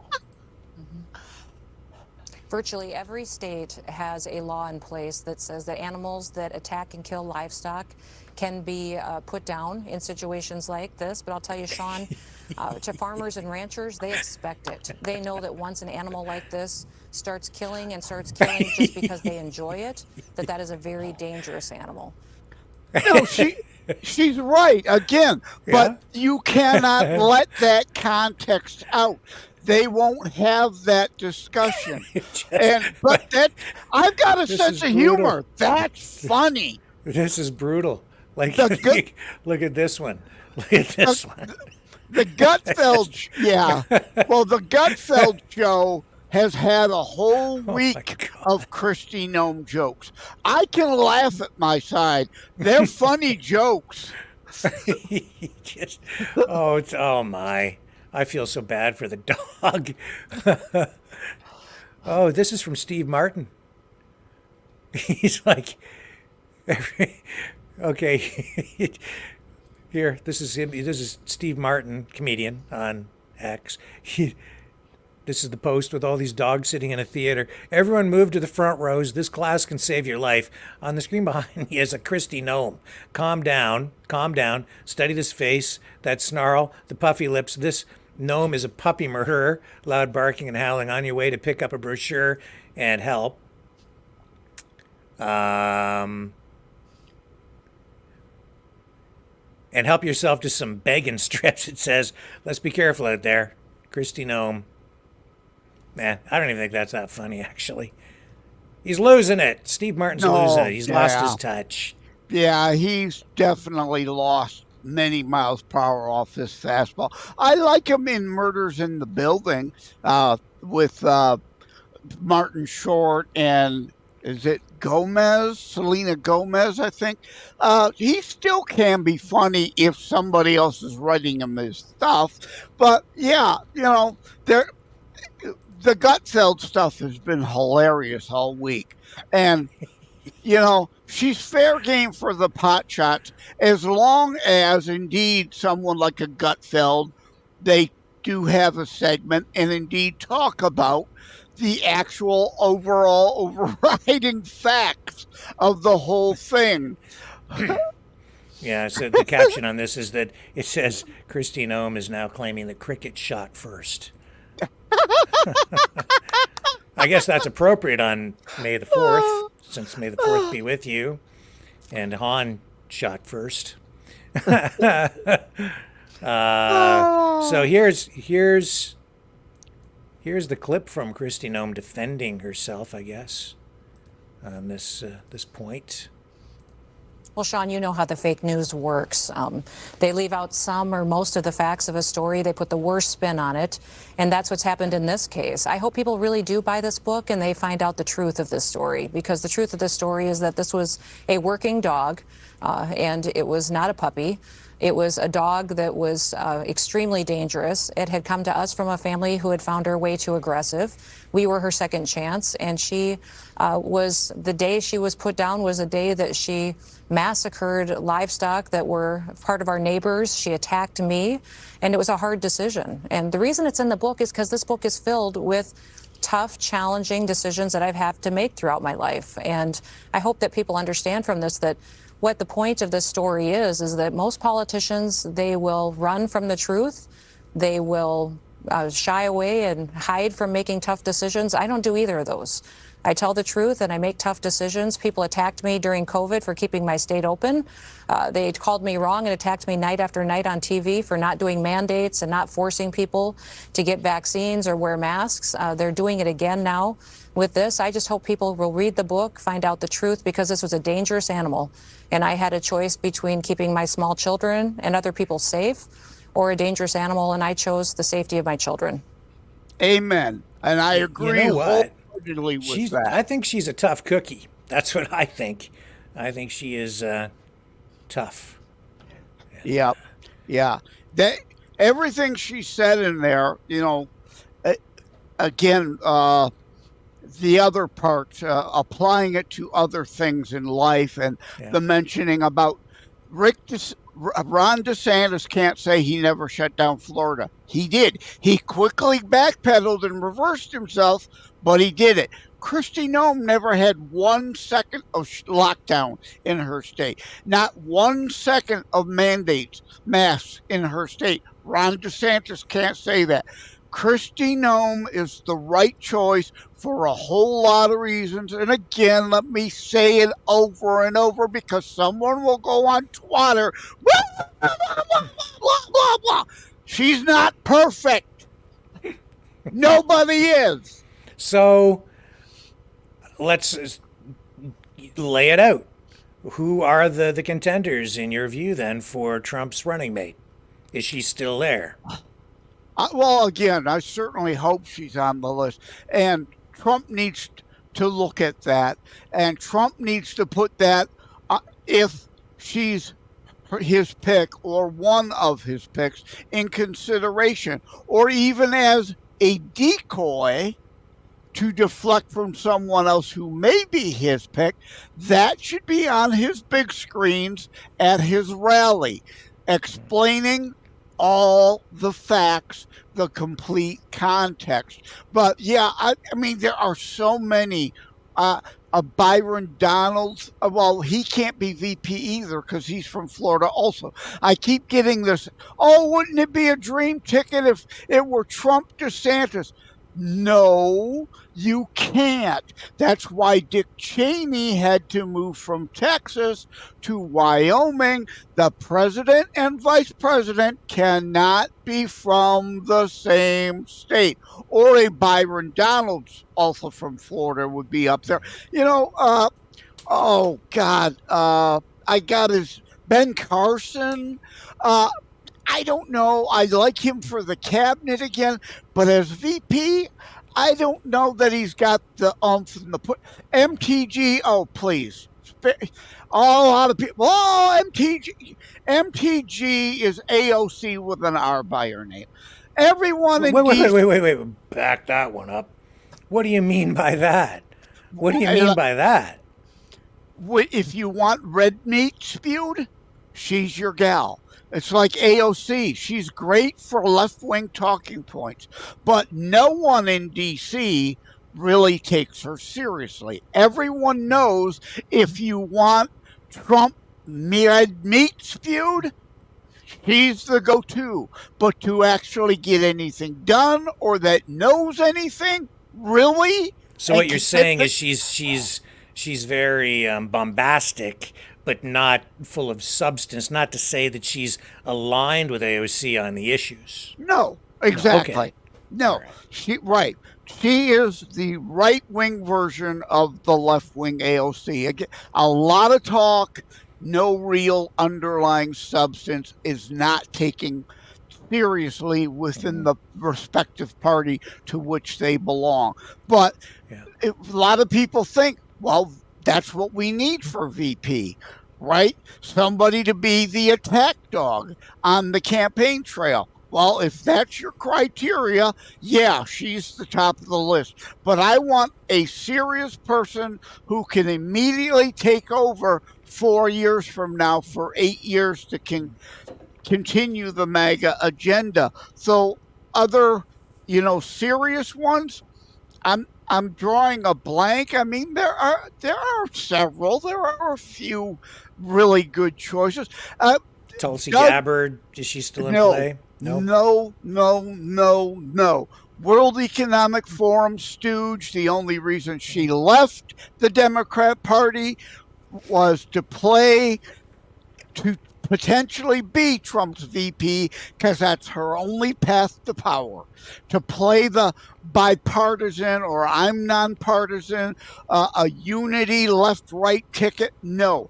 Klaus Schwab, World Economic Forum stooge, wouldn't trust her as dog catcher. She might shoot a dog.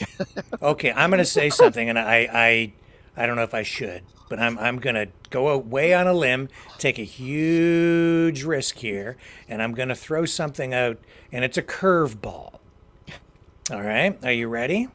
Okay. Because a lot of people, well, I don't know how many, but there are people out there who really take this seriously. Some. Most people are going to say it's crazy. RFK, you're not going to say No, you're getting warmer, though.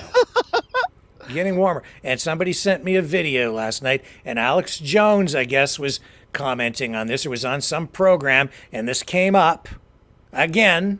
So I'm going to throw it out there. I'll just get your thoughts. Are you ready?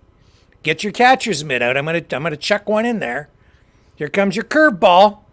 Have a good eye. It's fast coming in. It's like over 80 miles an hour. 85. John F. Kennedy Jr. Well, that would be interesting. But again, at this point, Did you hear what I said? Yeah. Oh, yeah. Well, not RFK, right. John F. Kennedy Jr. I can't get away from it. People keep emailing me and sending me videos. Alex Jones is talking about it. I mean, Joseph, help me out here. What the heck's going on? Isn't he still missing or dead? That's the last I heard, but there are a lot of people out there who think he's coming back, man. Yeah. Well, hey, Elvis is still in Kalamazoo, Michigan with Jim Morrison. Either one of those could be VP also, I guess. I hate to even talk about it. It seems woohoo! Distasteful to even bring it. But it just keeps coming. It's like the story that just won't go away. Yeah. It's, connected to Q, of course. So I don't... Why is this going... Why do people keep bringing this up? Like, is now look, they never found his body, right? Right. And this is like Truspiracies episode stuff, because we do this. I don't know if you've seen. I've been doing these Truspiracies programs where we take news that's it's so true it's unbelievable, right? That's what the slogan for that one is. But I don't know. People just won't let it go. Some people just won't let it go. They insist this is a real thing. Yeah. Well, again, to put that aside, but to talk about the more serious aspect, they're still groping for this unity ticket, that concept, right? Yeah. Now, John McCain, I like Sarah Palin. I thought she was a good choice for many reasons also. Yeah. But and Lori says that Tulsi is not WEF. Yeah. And you saying it, that's the first I've heard that. But is she a member of the WEF? Has she been there? As best I understand, she's been to Davos, yeah. But so anyway, but McCain would have chose Lieberman. I would have been on board with that. And Lieberman, of course, just because Lieberman was one of the last of the very, very, very last, even remotely reasonable Democrats left. So anybody that is a Democrat or was even recently, for that reason alone, put the WEF stuff about Tulsi aside, because I've met her, I've talked to her when she was in town for Tudor Dixon. So do I like her campaigning for Republicans? Yes, it's helpful. I don't trust her. Anyone who's been recently a Democrat, no, you're off the list. Dr. Drew. This is his website, drdrew.com. Tulsi Gabbard on WEF Young Global Leaders. The truth about her World Economic Forum ties. Ask Dr. Drew. Well, if anybody's going to know, it'll be Dr. Drew. It says Tulsi Gabbard is a target of conspiracy theories after her photo appeared as a young global leader on the World Economic Forum website. But the real story goes much deeper. Tulsi reveals the truth. Shocking reports link 2020 presidential candidate Tulsi Gabbard to the WEF, a globalist organization founded by Klaus Schwab, and painted her as a controlled opposition agent in service to the New World Order. Despite publicly leaving the Democratic Party in 2022, Tulsi is subjected to constant attacks after her name and photo appeared as a young global leader on the World Economic Forum's website. What's the truth? Quote, I've never gone to any of their events, says Tulsi Gabbard on the November 25th episode of Ask Dr. Drew. I've literally not had anything to do with the World Economic Forum.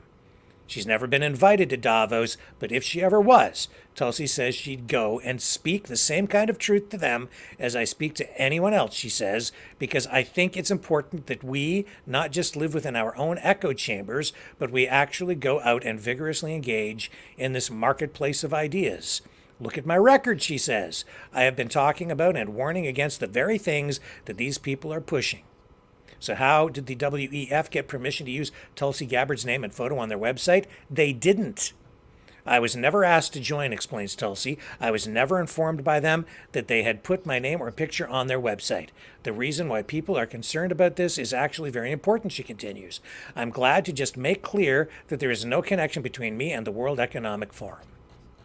Well, again, she ran for president recently as a Joseph, Democrat. Don't you be contradicting Dr. Drew, man. She ran for president as a Democrat. She knew she was going to go nowhere as a Democrat. Her concern is power. So she left the Democrat Party to position to be a potential as a VP for Trump, her only in to the power. I just cannot trust her. Yeah, and Lori says that JFK's body was recovered. So I stand corrected, and she would know. Yeah, it's quite true.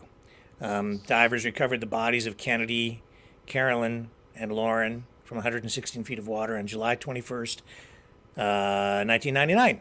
Body doubles. Body doubles. Oh, yeah.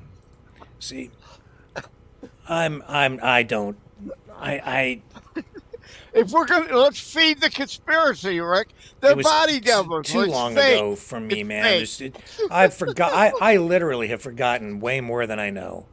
I remember the plane crash. I remember, but I'm Canadian, so it was like over there in the periphery. I remember it all. I felt bad about it. He seemed like there was a bright future ahead of him, and maybe a future president. But America lost a whole lot when they lost John F. Kennedy Jr. And this whole thing about him coming back to be Trump's running mate, I don't know. I don't get why people are so attached to this stuff. But It's going to be Spielberg's Close Encounters of the Third Kind. Alien ship that's had him on it for the last many years are going to land in the desert at that mashed potato structure. He's going to walk out and announce, "Yes, I am Trump's VP pick." Yeah, So, but here's the thing. I'm gonna share something with you that potentially could blow some minds. People do keep sending me this stuff. Like, they're relentless. So I've been sent photos. Well, you said Q. Let me just go on the record. When I was targeted by Hillary and Politico on Twitter in 2016, Q and the Q Army rallied around us and fought back. So I have an affinity to some of the Q Army. But again, I am part of no cult. To me, there are some QAnoners that are generally curious and want to know truth. And then there are the QAnutters, as I call them. Mm-hmm. And it sounds like you've got direct link to the QAnutters. Well, I'll tell you, I've had some people send me photos, right, of what they say are current photos of John F. Kennedy Jr., and they've said, this is him, and so what I've done is I've taken those photos and I've run facial recognition on them to verify whether it's the same person. You want to know what I found out? Wow. I could believe it either way because you could deep fake that easily. So it wouldn't surprise me if you're going to tell me that facial recognition says it's him, because if you're doing a deep fake, you would be using images to indeed age him to have the facial recognition there. Precisely. So yes, some of these did come back positive, but as I looked at them, even though it appears as though he's aged, facial hair, things like that, and some of these photos that came back with a positive facial recognition saying that's a positive ID, like 93% kind of positive ID, and it looks like it's JFK but Jr. but older. That's the way I think that it's being done, is with Photoshop or artificial intelligence to create from archived images new images that make him look older. Yeah. They could take either of us and age us 20 years. And again, because they're using real images to then model an aged version of us, of course, facial recognition would likely say, I think it's them. Yeah. So the thing is, we've heard these stories before. We keep hearing that JFK Jr. is coming back. He's coming back. And then, and there are actually, many occasions there have been dates when people think that he's going to appear and make an announcement, and groups of people show up, and then it never happens. And so, I don't know, like this time around, these people are saying that he's going to appear and he will be announced as Donald Trump's running mate. Yeah. Well, but if that doesn't happen, will that then finally convince them that he's not alive anymore? Probably not. Well, Bond said in the chat, I see AI is not that smart and people shouldn't put too much trust in it. Well, I agree and disagree. As a former IT guy, I know what AI is capable of. So, yes, no, don't trust it at all. It's a potential threat. Is it that smart? No, in a sense, it's not, but it's very capable. It can do so many bazillions of potential computations and actions in a nanosecond that it is dangerous. What the problem is, it's more dangerous when you have idiots like are behind Google behind it for evil. So Well. yeah, AI, you're right, Bon. In many respects, it's just a tool. It is what we do with it, unless if such time, you know, the singularity and it becomes self-aware and, you know, all that stuff. Well, we're talking about this on the wrong program. I should have saved all this for Truspiracies. News so true, it's unbelievable. Yeah, And, maybe we'll have welcome to the Rick Alex Jones Walker Show. Yeah, but what I'm trying to do with that program is actually, not promote conspiracies. Just find news that's so wacky, but tell the truth about it, right? And if it is a conspiracy, expose it. Or if people are believing something that isn't true, expose that. Or if it is just crazy stuff that is true, I'll tell people it's true. And I tell you, the last episode, all the really, really, really, really wacky stuff was all true. And some of the stuff that didn't seem so wacky wasn't true. Truth is stranger than fiction. It's like aliens and UFOs. I am conflicted on all that. As a Christian, I recognize the Bible does not say in Genesis, and God created life on earth, and only on earth created life he. It doesn't say that. Angels existed before God created the earth and our solar system. By definition, other life existed before us then. By definition, they were not of our planet. They are extraterrestrial. So could they exist? Yes. Do I, in a way, hope they exist? Yes. Do I believe all of this nonsense, pro and con? No. You got to come on for the Truspiracies episode, and we can talk about all that stuff over there. But let's try and steer this back into the mainstream just a little bit. Not that we're entirely mainstream, mind you, because there are a couple of crazy and what's the wild and crazy guys, Wild just and like crazy Steve Martin. guys. Right? But call back. You mentioned Steve Martin earlier. Okay. So all right. So I asked Joseph to come on and talk about Kristi Noem. We've talked about the Palestine thing, and I'm sure I'm just going to throw it out there. But you guys want Joseph to stick around and keep on talking? Yeah. Okay. I can hang around a little while more. Yep. Yeah. Okay. Cool. So and we'll have to get ready to do Lori's show after as well, because she's got a special guest on tonight. Oh, I can't remember who the guest is, and I haven't had time to prepare. I got it I can't remember. Anyway, it's going to be a good show.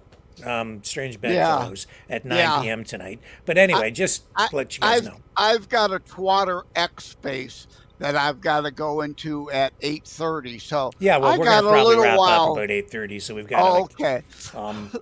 So that's cool. But let's move on here to Zelensky, because Russia has put him on their wanted list. So, which generally you don't directly target the leader of another nation. I've never quite understood and figured that out. Part of me understands why that's militaristically stupid. You might martyr them and rally their people as they've been martyred. So that I think is in general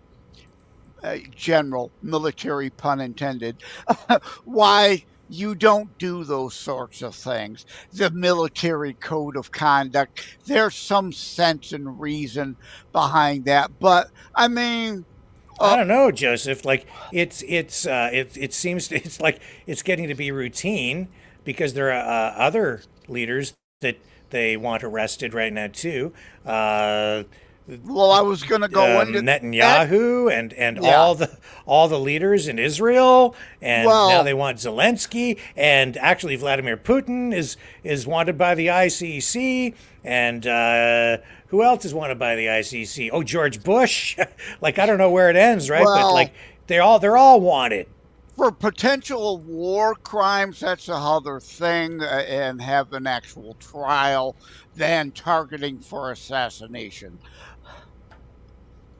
Yeah, so here it is, ABC. Russia puts Ukrainian President Zelensky on its wanted list. This is being reported widely. This is actually an Associated Press version of the story shared through ABC's website. So they put Vladimir Zelensky on its wanted list. Russia's state media reported today.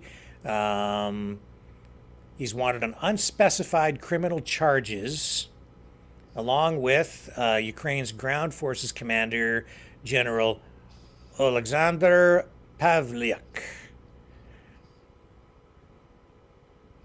Not clarifying the allegations against any of these men, but they want them. If I were either of them, I would not want to fall into Russian hands, given what's going on over there. They have laws over in Russia criminalizing the rehabilitation of Nazism. That includes punishing the desecration of war memorials. So I'm sure that if they got a hold of Zelensky, they would throw their book at him for sure.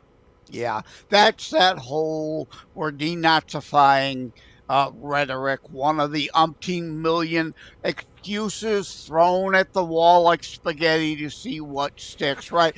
If Putin wants to denazify somewhere, invade California. There's still more neo-Nazis there, I will say it over and over, than there are in Ukraine. Yeah, there's Lori saying that it's Kenneth Jefferson. That's right. Thank you, Lori. He's a filmmaker. His movie, I guess we'll be talking a bit about that, is Fatal Error. And I think we're going to get into issues like racism and intolerance and the challenges facing the black community, black population in America because of politics and changes in culture and religion and family values and things like that. So I think that's what his whole focus is. Let's go back to the Zelensky thing. Sure. You want to talk about supporting Nazism? Let's go there. Russia and China supporting Iran, which is behind Hamas and Hezbollah, who literally want to recreate the concentration camps. They are backing people who are descendants of actual Nazis who were allied with the Nazis. You could find the picture of the Mufti meeting with Hitler. A lot of the Arab states at that time, or territories, not officially states, till broken up and divided up after World War II, but they were allied with Hitler and the Nazis because they agreed with the whole extermination of the Jews thing. So if you want to tie those directly supporting Nazis, it's the twits on our campuses and Putin and Xi backing Iran, Hamas, and Hezbollah. Actual Nazis. Iran, derived from Aryan. Does that sound at all familiar? You know, Joseph, you speak a lot of truth, and it's difficult for people to follow you and understand you because it's all so crazy. I mean, it is. It sounds conspiracy. It does actually, but there It's is. fact. It's Yeah, fact. and it's because these Arab nations like Iran, they've adopted. Well, they are Islamo-fascistic.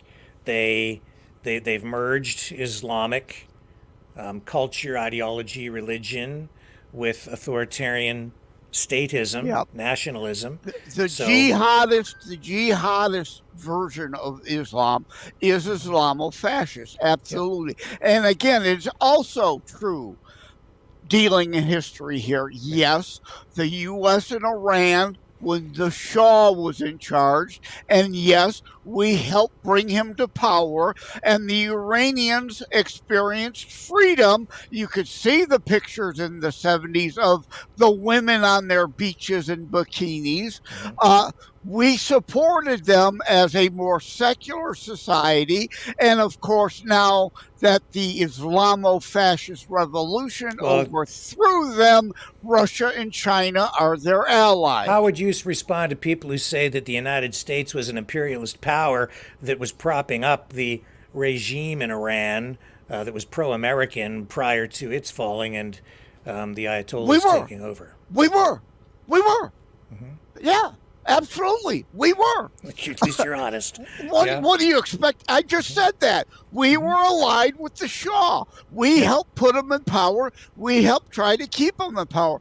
Not because of the Cold War in part and geopolitical alliances of that nature, as well as aren't we supposed to be the freedom-loving people and wanting them to have their own freedom of choices there, unlike no choices under the Islamo-fascism they have today? So, yes. Did we? Yes. I don't come here to lie and spin. Very interesting stuff. How do you feel? What is your feeling personally on Nazism? We defeated it. We defeated the nation that most represented it, but it's tough to defeat an ideology entirely. It's never going to be fully wiped out. But being of German descent and German family that escaped World War I, still then had family there in World War II. None of them were Nazis.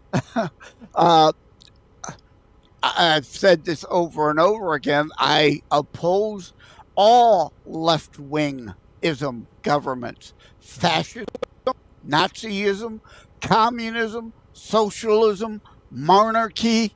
I oppose all those leftist ideologies, full stop. Period. I support Israel. Okay, so a lot of people would put Nazism, fascism on the right side of the political spectrum. I don't do that either. Let me debunk that. That's a left-wing talking point. Part of the distortion, distraction, deflection. What is Nazism, fascism? It is full top-down government control. That's leftist.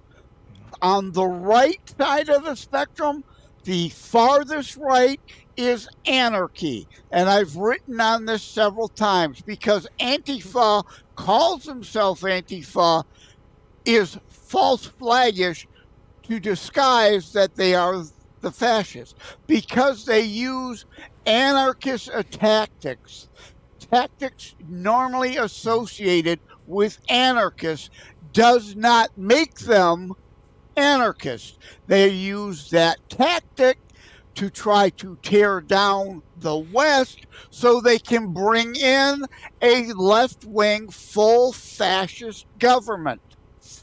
Total control.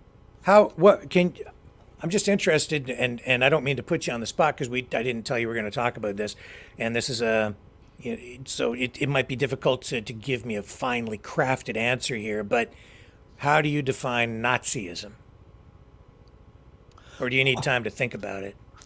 Again, I mean, it's kind of a complex question. Actually, it might seem simple, but there's more to it than the Steven Spielberg or Hogan's Heroes cliched guy in a suit, in a Nazi uniform. Again, and I might get myself in trouble because I'm willing to play the what ifs and the both sidesism. I don't want you to get yourself into trouble because I've asked you a question out of the blue, and it's this is a minefield, right? So I don't want to sabotage you here, sir. I'm just trying to help clarify things for the public. I want to answer it, but let me answer it in this way. Let's just put ourselves in 1930s again, right? We've got to look at what they were. Now, there was Mussolini El Duce fascism, there was German fascism, there was Franco fascism. So they alone can't agree necessarily totally on what fascism or Nazism is. Comes in different flavors, just like communism, actually, and socialism. It's like, yes. Yeah. If you were to poll the people in Germany in the 1930s, and again, it's estimated that only 7% of Germans were actual Nazis. Look how that turned out. The same argument about Islamofascism. We're not talking about all Muslims. If only 10% of the how many billion Muslims are actually Islamofascists, that's a problem. Okay, but they would have defined it differently. They wouldn't have given you the same answer in 1930s Germany. It was different things to different people. Well, and in the 1930s, people did not have the benefit of hindsight, right? So they're getting trapped in crazy ideas that they'd never maybe been exposed to in that way before. So lessons to be learned still instead of history to learn from. Yeah. But the question I had is, you mentioned only 7% of the population in Germany was actually Nazis. Like, I don't know where that comes from. Was that just something you kind of remembered from the top of your head, or do you have more ways to clarify that? I don't know where the stat came from, and it's not like there was Rasmussen polls operating in 1930s Germany. Huge crowds out for those rallies, like are all those people in Nazis, like they're supporting Hitler, but I mean, but a lot mass of them, mob mentality. It's like people being lot of them around by the nose. A lot of them were probably just happy Hitler had the trains running on time, right? Hey, it was a good life. It was like the Roaring 20s in the U.S. for a while in Germany 30s. A lot of people got caught up that were not of the let's slaughter all the Jews mentality. But look what's going on right now, Joseph, and I mean, you can comment on this, but I'm alarmed because I see people that a couple of years ago would never have said the kinds of things that they're saying right now. And they've like changed, or maybe, I don't know if it's because they always had these thoughts inside and now they seem to feel like they have permission to let it out, or if there's some psychosis going on where they're following the mob, like they're part of the mob mentality, kind of like what we saw during the pandemic when people were turning on their neighbors and screaming at people because they didn't have a mask on, and it's like it just crazy stuff, like they've all gone nuts.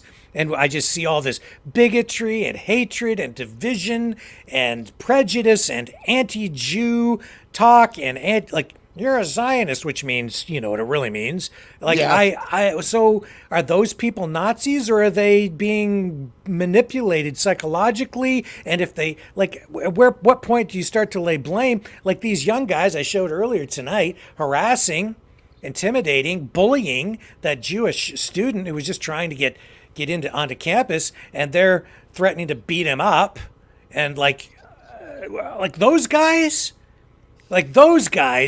that even if they are just psychologically manipulated, like they've got a serious freaking problem.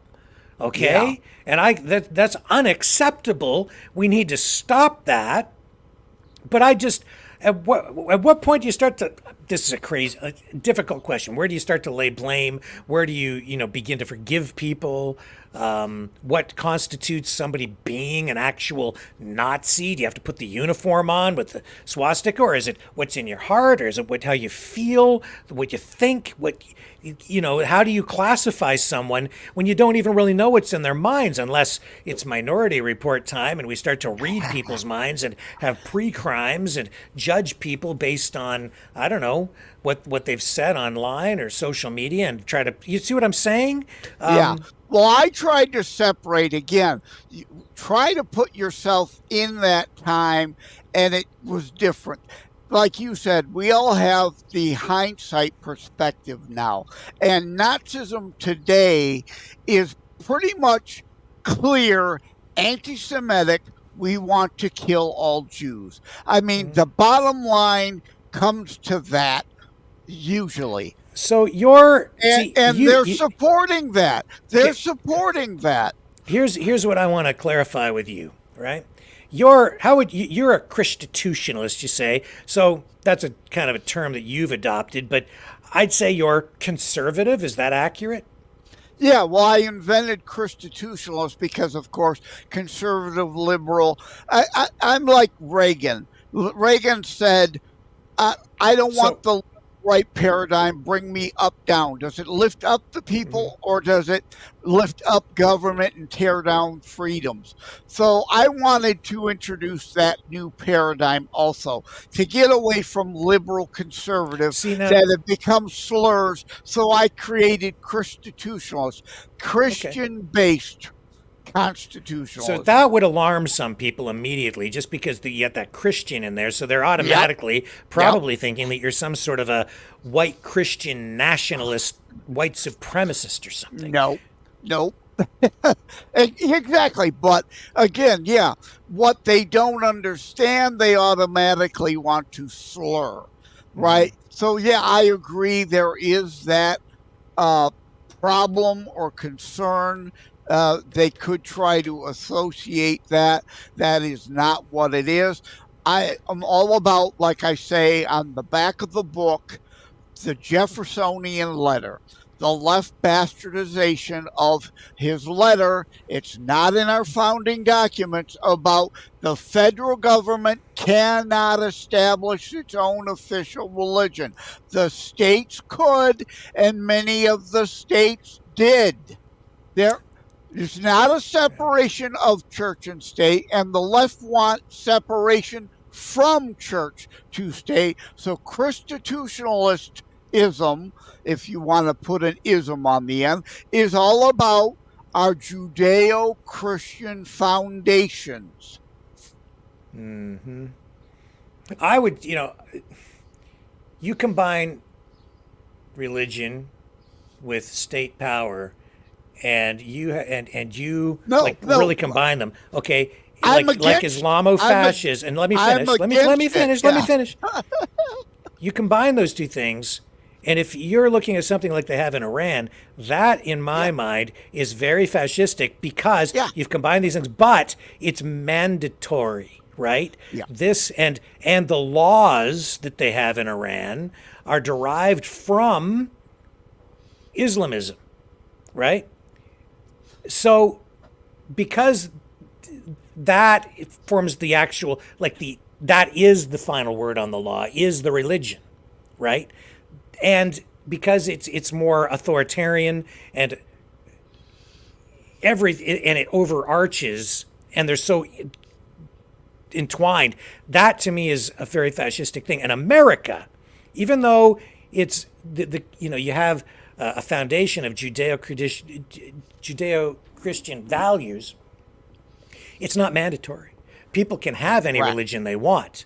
And even though it's founded with those principles, you can be a Muslim, you can be a Buddhist, you can be anything you want. And that's enshrined as well in what the founding fathers wanted. That's what America has been Yeah. about. So that, in my mind, is not fascistic, even though there's a religious element to the Constitution, to government, to the founding of the country.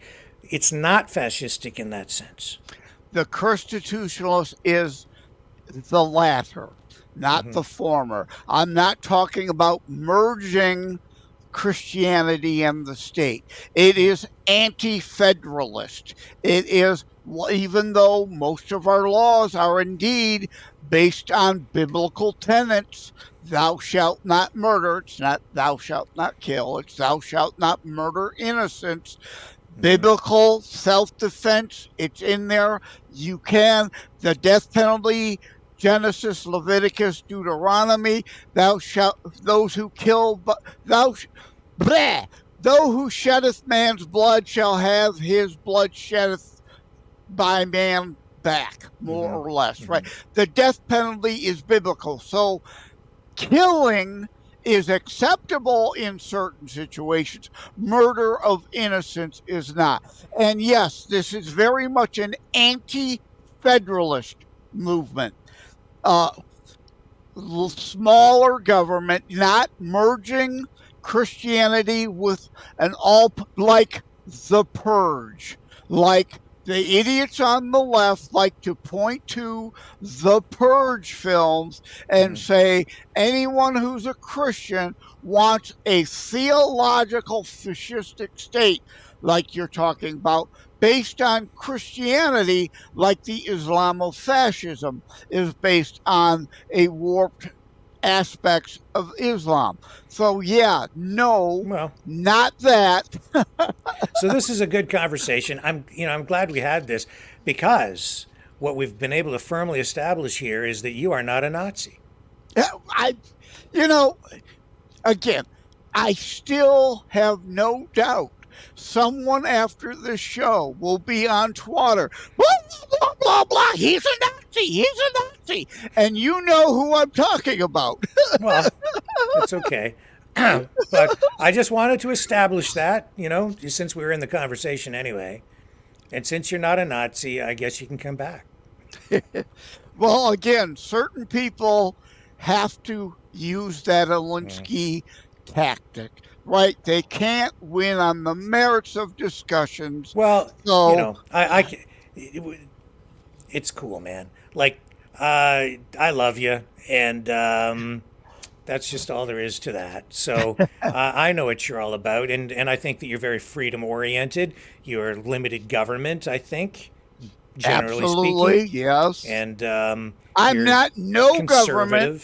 You're certainly not an anarchist. Yeah, I'm not an anarchist. I'm to the left of the far right and absolutely opposed to, again, all the leftist top-down tyranny, fascism, communism, socialism, monarchy. Authoritarian. That consolidates power in a small group of people. That's all leftism. And I oppose every version of that whatsoever. And we're getting to like 8:30. We are. It's time to wrap up. So I'm going to leave it to you for a final word as we wrap up for the evening, sir. Well, you know what? Just to lighten it up. I saw The Fall Guy at the theater the other day. Loved the movie. The Fall Guy?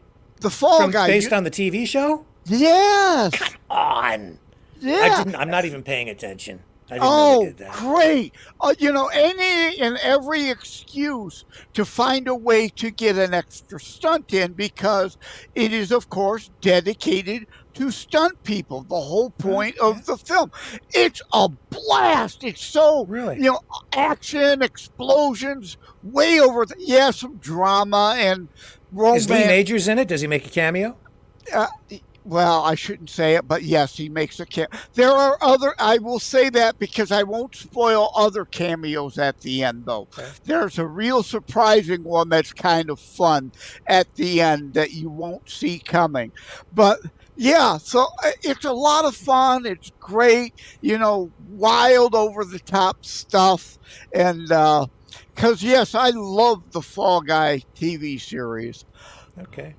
Well, I guess I'll have to check it out. I didn't even know them. I don't pay much attention to Hey, Hollywood stuff like anymore. But I've got an article on thelibertybeacon.com. Occasional distractions, not only okay, but healthy. It's if you're in the bread and circus 24/7, that's a big problem. But we all need occasional escapism. True enough, sir. Well, there you have it, folks. Love all you guys. Love you, Joseph. Thank you Love for you coming too, on brother. tonight and helping us with the dead dog story. That was fantastic, sir. I'll let you go, and I will wrap up for the night. And I'll All let right. you get on to your other podcast. Love you, brother. Take care. God Okay, bless. see you, man. See ya. And there you have it. And if you would like to support the program, she woke up this morning. Her dog was dead. She went and shot him right in the head. She's Kristen Noem. Sorry, I had to do it. Just terrible. Oh my goodness. I'll be back tomorrow night, guys. If you want to support the show, you can do that by donating at maverickdonations.com or over at freedomreporters.com.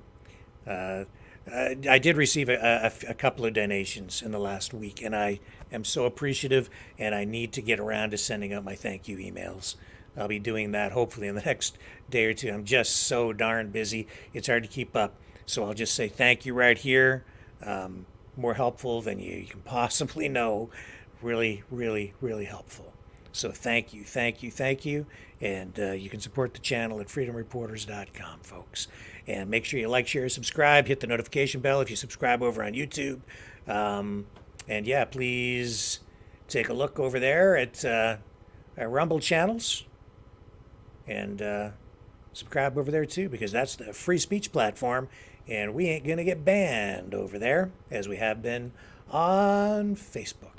That being said, I will be back tomorrow night. Same time, same channel. Maverick News Channel. Catch y'all on the flip side.